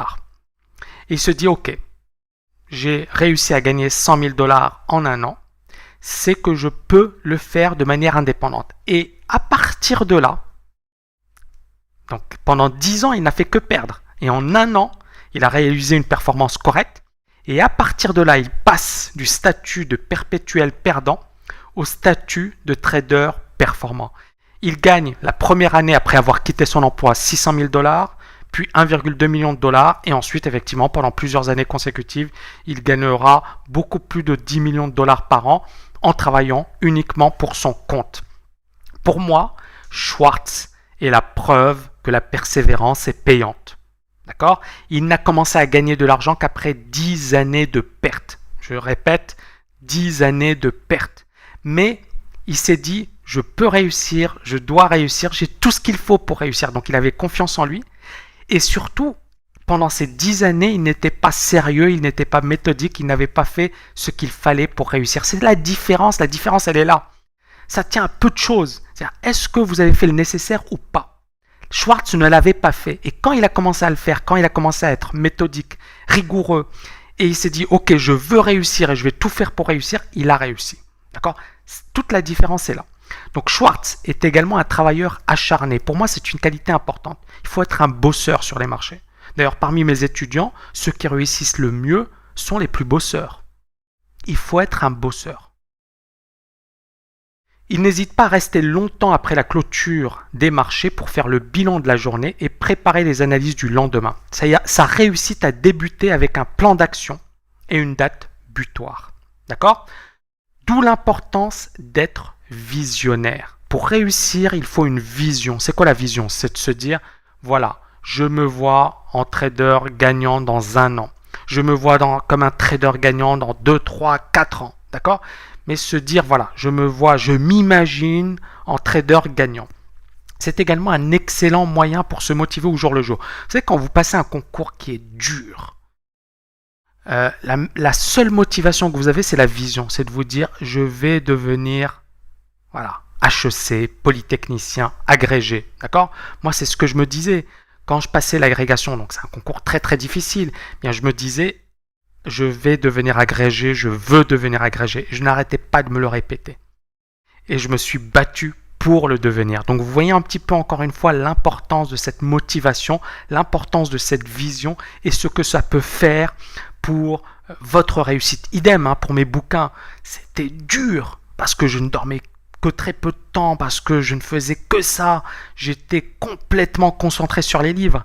Mais encore une fois, j'avais cette vision. Je me disais, voilà, je veux publier mes bouquins, je veux que mes bouquins soient des ouvrages de référence, j'ai envie de les voir à la FNAC, sur le site Amazon, etc. Bref, c'était pour moi une motivation, une vision. D'accord ? Donc cette vision, elle est importante. Et justement, une vision fortement ancrée dans votre esprit aura des résultats spectaculaires. Cette vision, on la retrouve dans le monde du business. Prenons le cas de Apple, Steve Jobs. Steve Jobs avait une vision. Tout le monde s'est moqué de lui quand il a sorti l'iPod. Aujourd'hui, on se moque beaucoup moins de lui parce qu'il a réussi un exploit. Dans les années 90, Apple était considéré comme une entreprise has-been. Aujourd'hui, c'est l'entreprise de référence, c'est la plus grosse capitalisation boursière aux États-Unis. Vous avez vu le chemin parcouru ? C'est énorme. Et tout simplement parce que Steve Jobs avait une vision. Et cette vision, effectivement, a permis de faire en sorte qu'on ait un iPod. Enfin, moi, je n'utilise pas d'iPod, mais juste pour la petite histoire. On a les iPods, on a les iPads, on a les iPhones, et ça marche. La vision dans le monde sportif. Donc effectivement, pour devenir sportif, il y a des sacrifices. Il y a un travail qui est surhumain. Eh bien, sans vision, vous n'irez pas très loin. Et la vision, c'est ce qui permet aux sportifs de tenir. Idem en trading. Il faut avoir une vision. C'est ce qui vous permettra de vous battre. C'est-à-dire, imaginez-vous en trader gagnant. Dites-vous, voilà, je veux devenir un super trader. Je veux gagner dans ce domaine. Et à partir de là, travaillez, travaillez, travaillez, n'abandonnez jamais. Allez jusqu'au bout parce que ça vaut le coup.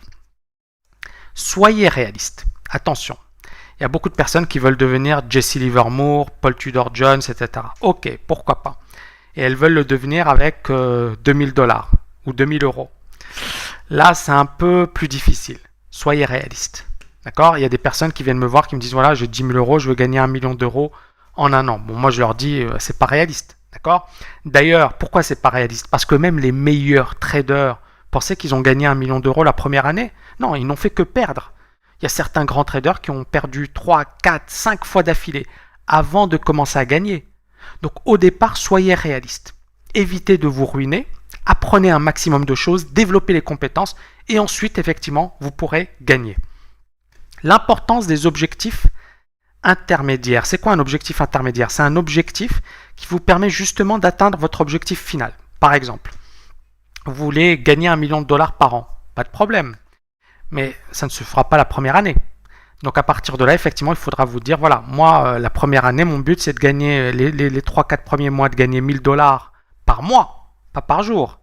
Et ensuite, de gagner 3000, 4000. Et puis, au fur et à mesure de votre progression, de vos compétences, etc., vous pourrez monter en puissance. D'accord? Mais au départ, vous devrez effectivement avoir des objectifs réalistes. Succès. La meilleure manière d'acquérir de solides connaissances et compétences est de le faire de manière intense pendant 1 à 2 années. Moi, je vous recommande de consacrer toute votre énergie à la réalisation de cet objectif. D'où encore une fois, et c'est la raison pour laquelle j'ai commencé le conseil numéro 1, c'était pourquoi vous voulez devenir trader. Est-ce que vous voulez devenir trader? C'est une fois que vous avez décidé de devenir trader, faites le maximum pour le devenir. Inutile de vous dire que mon troisième conseil, c'est donnez-vous les moyens de réussir. Pourquoi donnez-vous les moyens de réussir? Parce que pour gagner en trading, vous devez être mieux préparé que la concurrence. Hein. Imaginez-vous sur un ring. Vous allez affronter un boxeur poids lourd, type Mike Tyson ou autre. Pensez que vous ferez le poids? Vous ferez le poids très longtemps? La réponse est non.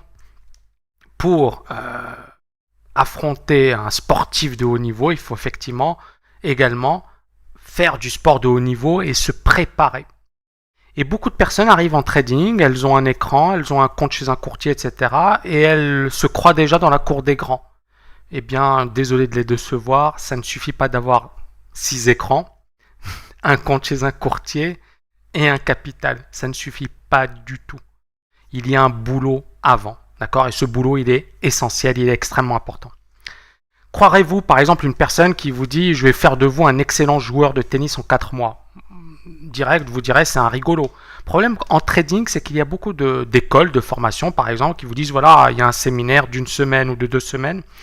Et à la fin de ces 2 semaines, franchement, vous allez devenir super bon. » Bon, désolé de vous décevoir, ça n'existe pas. Et si c'était le cas, ça se saurait.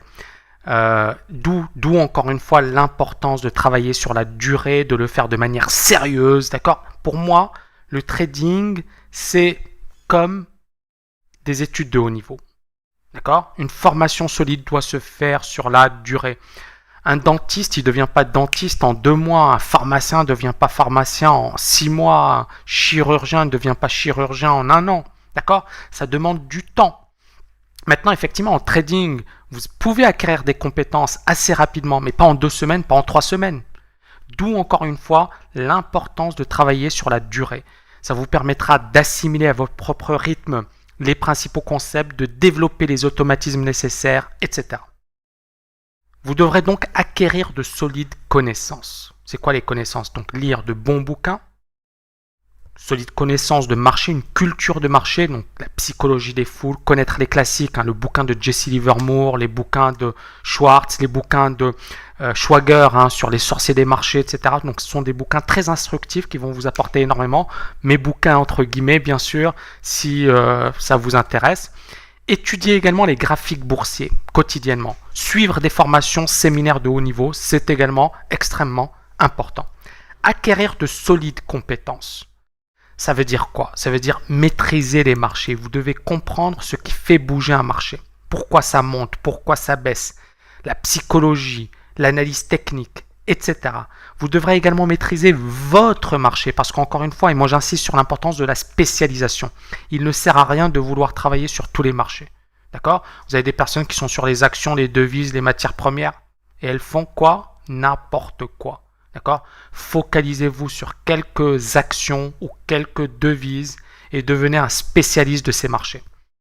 Pour réussir en trading, il y a effectivement deux paramètres importants. Tout d'abord, il y a le facteur temps. Le temps, c'est quoi? C'est le temps pour apprendre, pour assimiler, pour progresser. Vous ne deviendrez pas trader du jour au lendemain. Il y a également l'argent. C'est quoi? C'est le capital de trading. C'est également l'avantage du trading par rapport à d'autres activités, c'est qu'il n'y a pas des investissements énormes. On peut effectivement, on le verra juste après, mais c'est pas énorme, c'est pas considérable. On prend par exemple, on va opposer deux choses, un restaurant au trading. Dans le cas d'un nouveau restaurant, donc effectivement, vous avez trouvé une idée ou un concept original, vous dites tiens, ça peut marcher, etc. Ensuite, il y a des investissements. D'accord? Et ces investissements peuvent être conséquents. Par exemple, il y a de la publicité, télé, radio, flyers. Vous allez recruter du personnel, cuisiniers, serveurs, comptables, etc. Vous allez également acheter ou louer des locaux, les décorer, emprunter auprès de la banque, etc. Bref, il y a des investissements qui sont conséquents. En trading, les choses sont différentes. Pourquoi? Parce que les investissements fixes sont faibles. C'est-à-dire qu'avec 2000 €, vous avez déjà une plateforme de trading. Vous pouvez ouvrir un compte chez un courtier avec 3, 4 000, 5 000 € au grand maximum. Et alors, c'est pas suffisant pour faire du trading, mais vous pouvez commencer avec 5 000 €. C'est ça ce qui est important.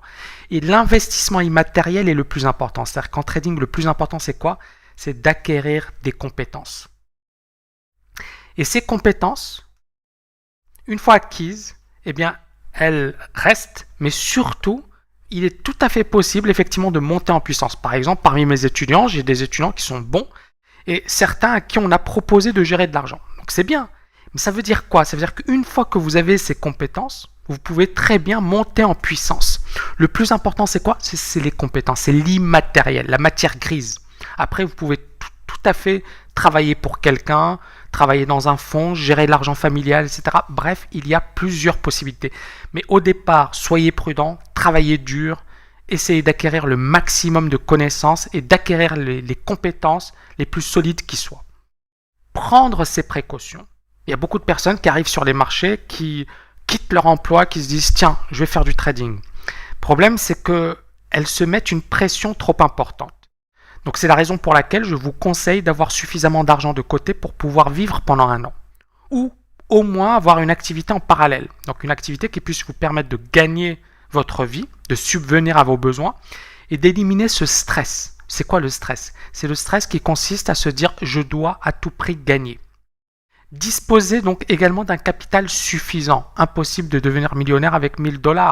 Ou alors, il faut avoir beaucoup de chance.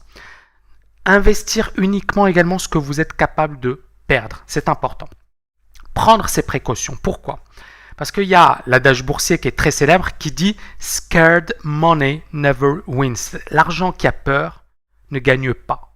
Et c'est quoi l'argent qui a peur? C'est-à-dire que si effectivement vous investissez de l'argent que vous n'êtes pas prêt à perdre, eh bien, vous allez perdre.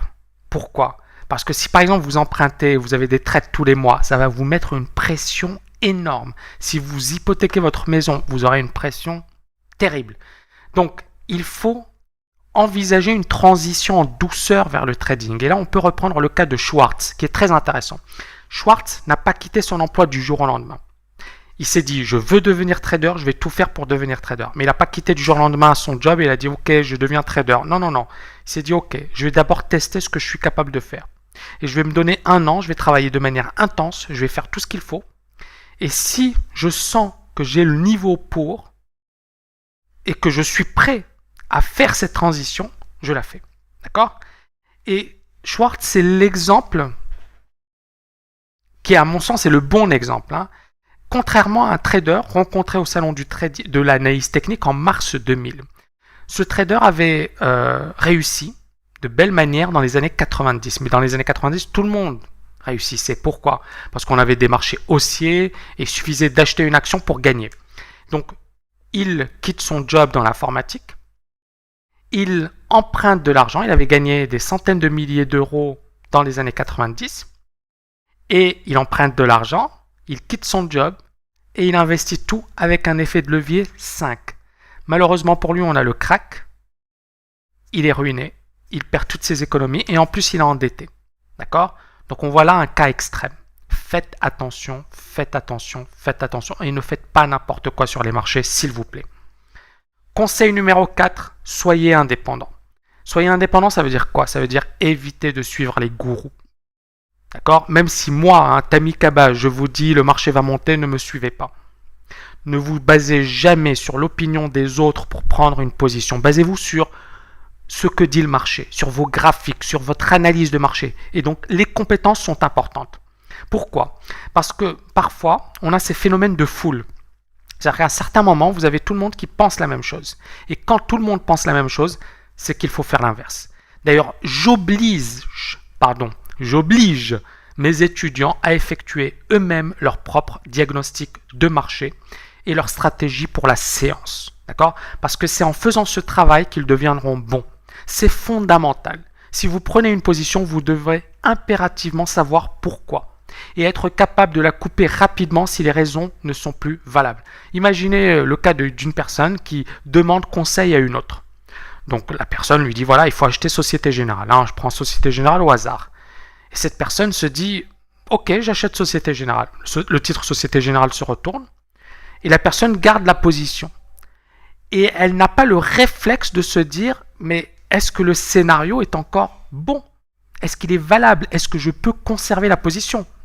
Petite histoire en passant. Mon cousin m'appelle, alors c'était juste avant l'effondrement de la Société Générale. Il m'appelle en 2008, il me dit, voilà, Tammy, j'ai plein de titres de la Société Générale et je ne sais pas ce qui va se passer. Tu en penses quoi? Le titre Société Générale valait 80-90 euros. 90 euros.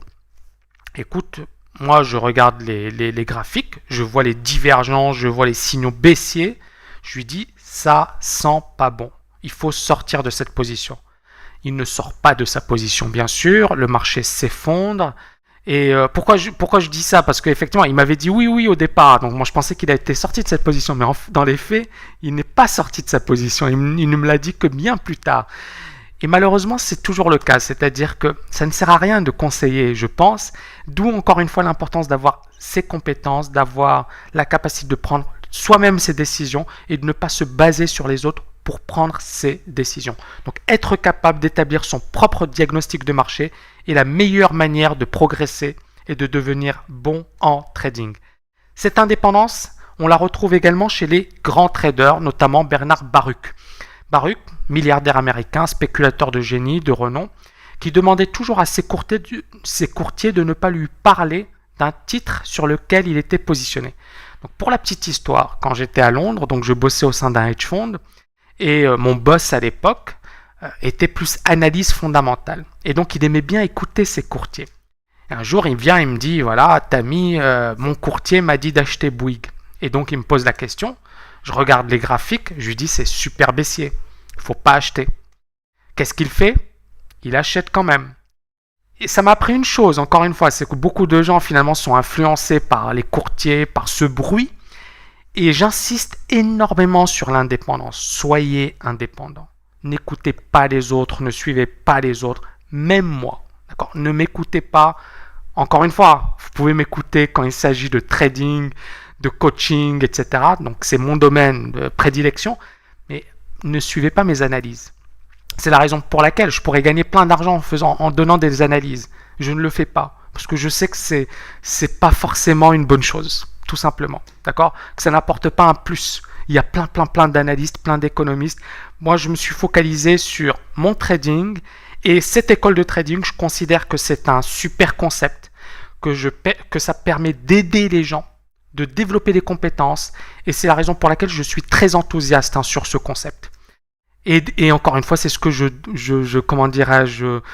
j'enseigne à mes étudiants, c'est d'être indépendant, de ne pas suivre les autres, de se fier à son jugement. Et c'est très important. Se fier à son jugement, ça veut dire quoi?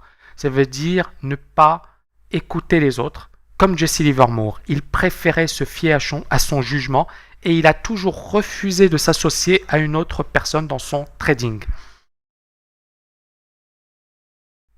Je vais revenir ici sur un diagnostic contrariant dressé en septembre 2009. Donc, pour la petite histoire, en 2009, on a un marché qui progresse fortement, le marché qui gagne 54% depuis les plus bas dessinés en mars 2009. Et on a pas mal de professionnels qui évoquent un essoufflement probable. Je suis d'ailleurs à la même période convié à une table ronde organisée par le Revenu le 3 septembre 2009 à 9h, je précise. On a plusieurs protagonistes, donc des personnes qui sont tout de même assez connues dans le domaine de que ce soit l'analyse fondamentale, la gestion, mais également l'analyse technique. Et parmi les protagonistes, donc il y a Sébastien Corchia, donc qui a un sentiment assez pessimiste, qui dit voilà, on a progressé de manière assez forte et donc ça ne devrait pas durer. André Malpel qui est également assez baissier, Mostafa Belkayat qui dit la bourse va baisser et mon avis effectivement c'est que qu'est-ce que je réponds à tout ça? Je dis l'ampleur du pessimisme ambiant et l'ampleur du pessimisme c'est mes confrères, mais on a également, j'avais pas mal d'analystes qui pensaient la même chose et à Wall Street on pensait la même chose. Il faut savoir qu'en juin 2009, 2/3 des experts de Wall Street étaient baissiers. Donc on a tout de même ce consensus dominant, on a plein d'experts qui sont baissiers. Et pourtant en 2009, la bourse n'a fait que monter. Donc qu'est-ce que je dis? L'ampleur du pessimisme ambiant, alors que les marchés montent, est un signe favorable pour la future tendance. Les indicateurs de vitesse RSI sont bien orientés sur un nombre croissant de grandes valeurs. Les bourses sont entrées dans une zone de consolidation, etc. Mais là, c'est plus sur le long terme, c'est-à-dire qu'on est effectivement dans des mouvements de swing. Et la configuration, elle était clairement haussière. Vous le verrez avec la vidéo sur les indicateurs, pour ceux qui ne maîtrisent pas les indicateurs. Mais j'avais des indicateurs qui étaient super acheteurs. Il ne fallait certainement pas vendre le marché à ce moment-là. D'accord ? On a également, quand on voit ce qui s'est passé après la table ronde, bien le marché n'a fait que progresser. On a un consensus pessimiste, que tous les experts nous expliquaient que le marché allait s'effondrer, etc. On est passé de 3550 à 4050, voire même plus haut, et le marché a fortement progressé. Donc on voit encore une fois l'importance d'être indépendant, l'importance de ne pas se baser sur ce que disent les autres pour prendre des décisions. Et enfin, en conclusion, je dirais que l'analyse ne suffit pas. C'est-à-dire il ne suffit pas de faire une analyse pour gagner sur les marchés. D'ailleurs, vous pouvez même vous tromper sur votre analyse et gagner. Ça m'est déjà arrivé. C'est-à-dire, je me trompe, j'ai une analyse, je suis haussier par exemple sur le marché ne dessine pas mon scénario, mais mon expérience m'a permis de prendre une position au sens inverse. C'est-à-dire, au lieu d'être acheteur, je suis passé vendeur. Pourquoi ? Parce qu'effectivement, mon diagnostic de marché a changé et les conditions de marché ont changé et donc mes positions sur le marché ont été prises en conséquence. 5e conseil, oser trader et accepter de perdre. Malheureusement, il y a beaucoup de personnes qui vont rester au stade de la théorie, c'est-à-dire qu'elles ne passeront jamais à l'action. Beaucoup de personnes n'ont jamais passé à l'action. Pourquoi ? De peur d'échouer. Elles ont peur de perdre ou de perdre la face. On s'en fiche. Il faut oser dans la vie, il faut faire des choses. Comment je suis devenu un winner en apprenant à perdre ? Ce n'est pas de moi, c'est de Martin Schwartz. On voit bien l'importance d'apprendre à perdre et d'oser perdre. Donc il y a tout d'abord cette notion de persévérance. Il est important d'y croire. Beaucoup de personnes veulent gagner dès le premier jour. Elles se disent « je veux devenir bon ». Le problème, c'est que déjà, c'est pas bien, c'est déconseillé. Pourquoi ? Parce que gagner à court terme, ça veut dire quoi ? Ça veut dire la chance du débutant. Ça veut dire qu'on ne fait pas bien son job, d'accord ? Parce qu'on n'a pas les bons réflexes, on se dit c'est facile, on a cette sensation de facilité. Et ça peut effectivement avoir des conséquences irrémédiables sur son portefeuille, mais également sur la manière de trader. Donc il vaut mieux perdre au départ, se prendre une ou deux baffes, se dire aïe, c'est dangereux. Prenons le cas par exemple de la moto. Pour ceux qui ont déjà fait de la moto, il y a des personnes qui effectivement au départ prennent un peu trop d'assurance. Et puis ensuite elles prennent de plus en plus de risques jusqu'à ce qu'elles se fassent très mal. Il y a d'autres personnes qui se font mal dès le départ. Et quelque part ça les choque, ça les traumatise, mais en même temps, alors ça les traumatise au sens où ensuite elles ont beaucoup plus peur, pardon. Mais au moins, eh bien effectivement ça leur a appris une chose, c'est que c'est dangereux de faire de la moto et qu'il faut le faire de manière prudente. Idem en trading. C'est dangereux de faire du trading, soyez prudent. D'accord ? Le trading c'est un métier exigeant et il n'y a pas de raccourci pour réussir. Il est donc important d'y croire. Je cite Jesse Livermore. Si un homme... Bonjour, ici Tammy Cabage. Je suis ravi de vous retrouver pour cette première vidéo, 6 conseils pour devenir un pro du trading. Sans plus attendre, nous allons passer au premier conseil. Posez-vous les bonnes questions. La plupart du temps, les personnes arrivent sur le trading, elles ne se posent même pas la question de savoir si ce métier est fait pour eux. Eh bien, moi je vous le dis de suite. Posez-vous la question, êtes-vous fait pour le trading? C'est quoi le trading? Je vais vous donner une définition très rapide. Le job de trader consiste à prendre des risques calculés. Dans risque calculé, il y a risque et il y a calcul. Le risque, c'est prendre une position sur laquelle l'issue est incertaine. On ne sait pas ce qui va se passer. Le calcul, c'est qu'on ne prend pas n'importe quel risque. On va le calculer, le mesurer, l'évaluer.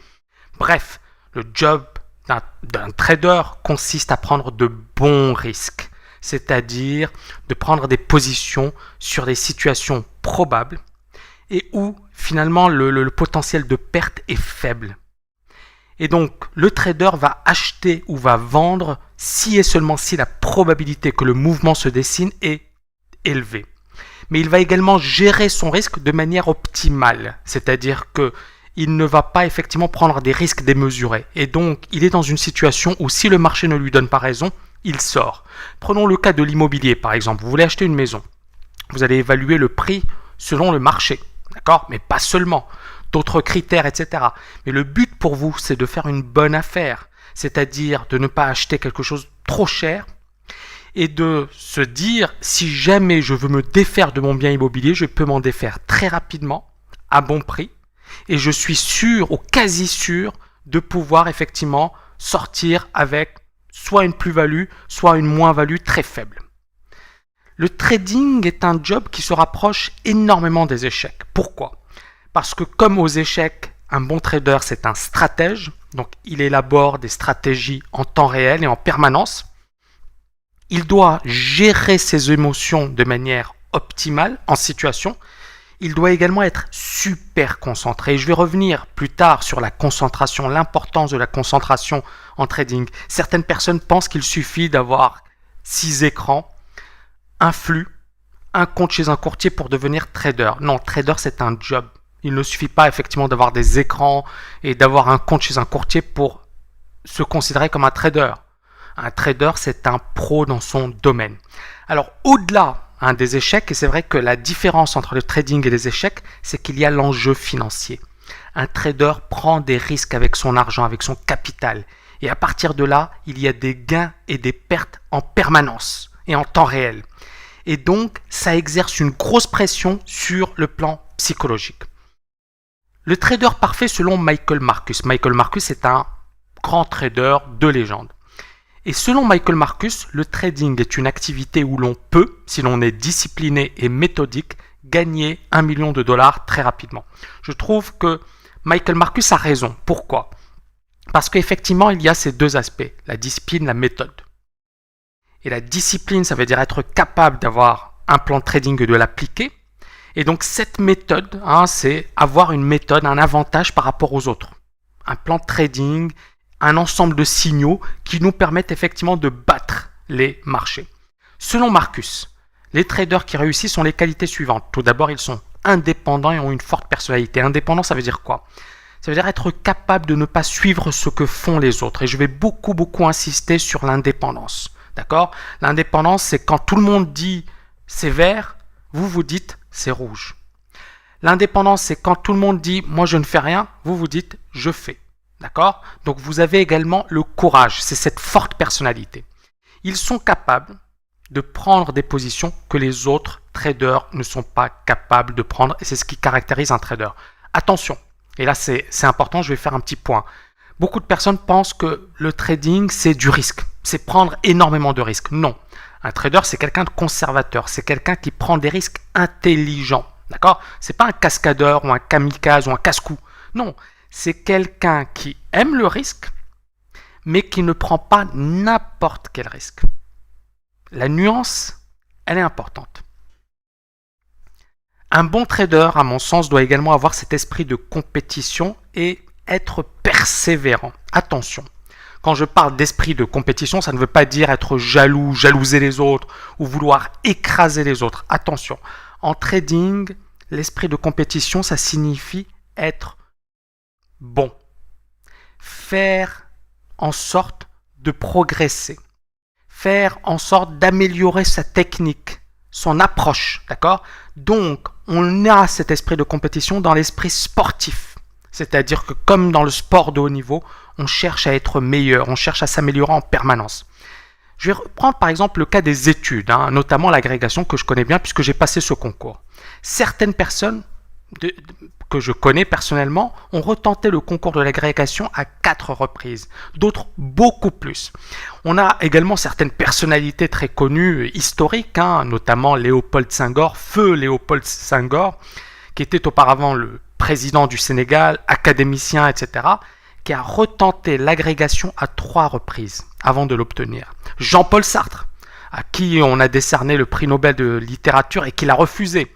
Jean-Paul Sartre a dû retenter l'agrégation à 2 reprises avant de l'obtenir.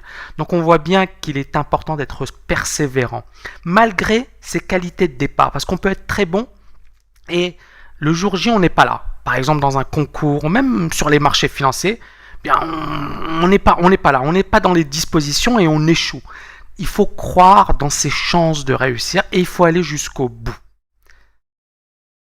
Quelles sont les qualités indispensables pour réussir en trading? Alors, il y en a plusieurs, mais là, j'en ai effectivement relevé quelques-unes, les plus importantes. Tout d'abord, une agilité avec les chiffres. Attention, ici, nul besoin d'être un polytechnicien ou extrêmement brillant en mathématiques. Le but, c'est quoi? Un trader, c'est quelqu'un qui évalue rapidement le risque, les probabilités, qui se dit c'est un bon trade, c'est un mauvais trade. Avec le temps, vous serez capable effectivement d'évaluer rapidement les opportunités, de savoir si c'est une bonne opportunité ou pas. C'est d'ailleurs ce que je fais régulièrement avec mes étudiants. À chaque fois, je leur pose la question, c'est un bon trade ou pas? J'achète ou j'achète pas? Je vends ou je ne vends pas? D'accord? Et donc, avec le temps, vous allez vous entraîner, vous serez capable, à terme, effectivement, d'avoir cette agilité avec les chiffres. L'indépendance d'esprit, on vient d'en parler, donc être capable de se détacher de ce que pensent les autres, de ce que font les autres, d'avoir sa propre opinion et de prendre ses propres décisions. D'ailleurs, j'insiste énormément lors de mes coachings sur cette indépendance. Même si moi, le coach de mes étudiants, je dis le marché monte, les étudiants ne sont pas obligés de me suivre. Par contre, et moi c'est ce que je dis toujours à mes étudiants, c'est à chaque fois que vous voulez prendre une position, vous devez toujours m'apporter des arguments. C'est-à-dire pourquoi, les raisons à l'origine de votre décision et de votre position.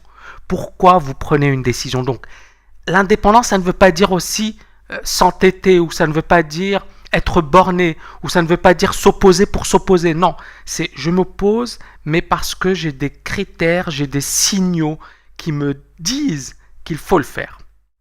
L'autonomie, ne pas dépendre des autres pour ses analyses, c'est également un critère très important. D'ailleurs, c'est la raison pour laquelle je ne donne pas d'analyse. J'étais analyste auparavant et j'ai conseillé pas mal de gérants, etc. Mais je trouve que c'est pas forcément une bonne chose pour un gérant ou pour un trader de suivre les analyses d'une autre personne.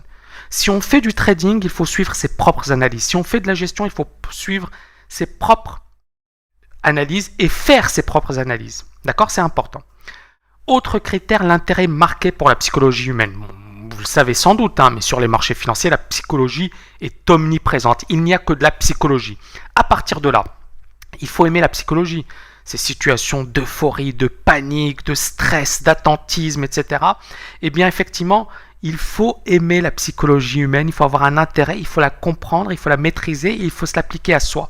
Parce que non seulement il faut comprendre comment les autres interagissent, mais il faut également comprendre comment nous, on est influencé par le marché financier, nos biais psychologiques, nos erreurs, etc. Tout ça, il va falloir apprendre à l'analyser, le décortiquer et prendre les bonnes mesures. Autre qualité indispensable, la capacité à se concentrer et à se focaliser. C'est indispensable. Et je dirais que beaucoup de gens, lorsqu'ils font du trading, ils sont là à téléphoner, à appeler, à aller sur Facebook. Ils ne seront jamais traders. D'accord ? Si vous voulez faire du trading, concentrez-vous. On évite toute dispersion, on se focalise. Enfin, dernière qualité qui pour moi est la plus importante, l'humilité. Pourquoi c'est la plus importante ? Parce que beaucoup de personnes brillantes, diplômées des meilleures écoles, douées en trading, vont à un certain moment se prendre un râteau monumental, tout simplement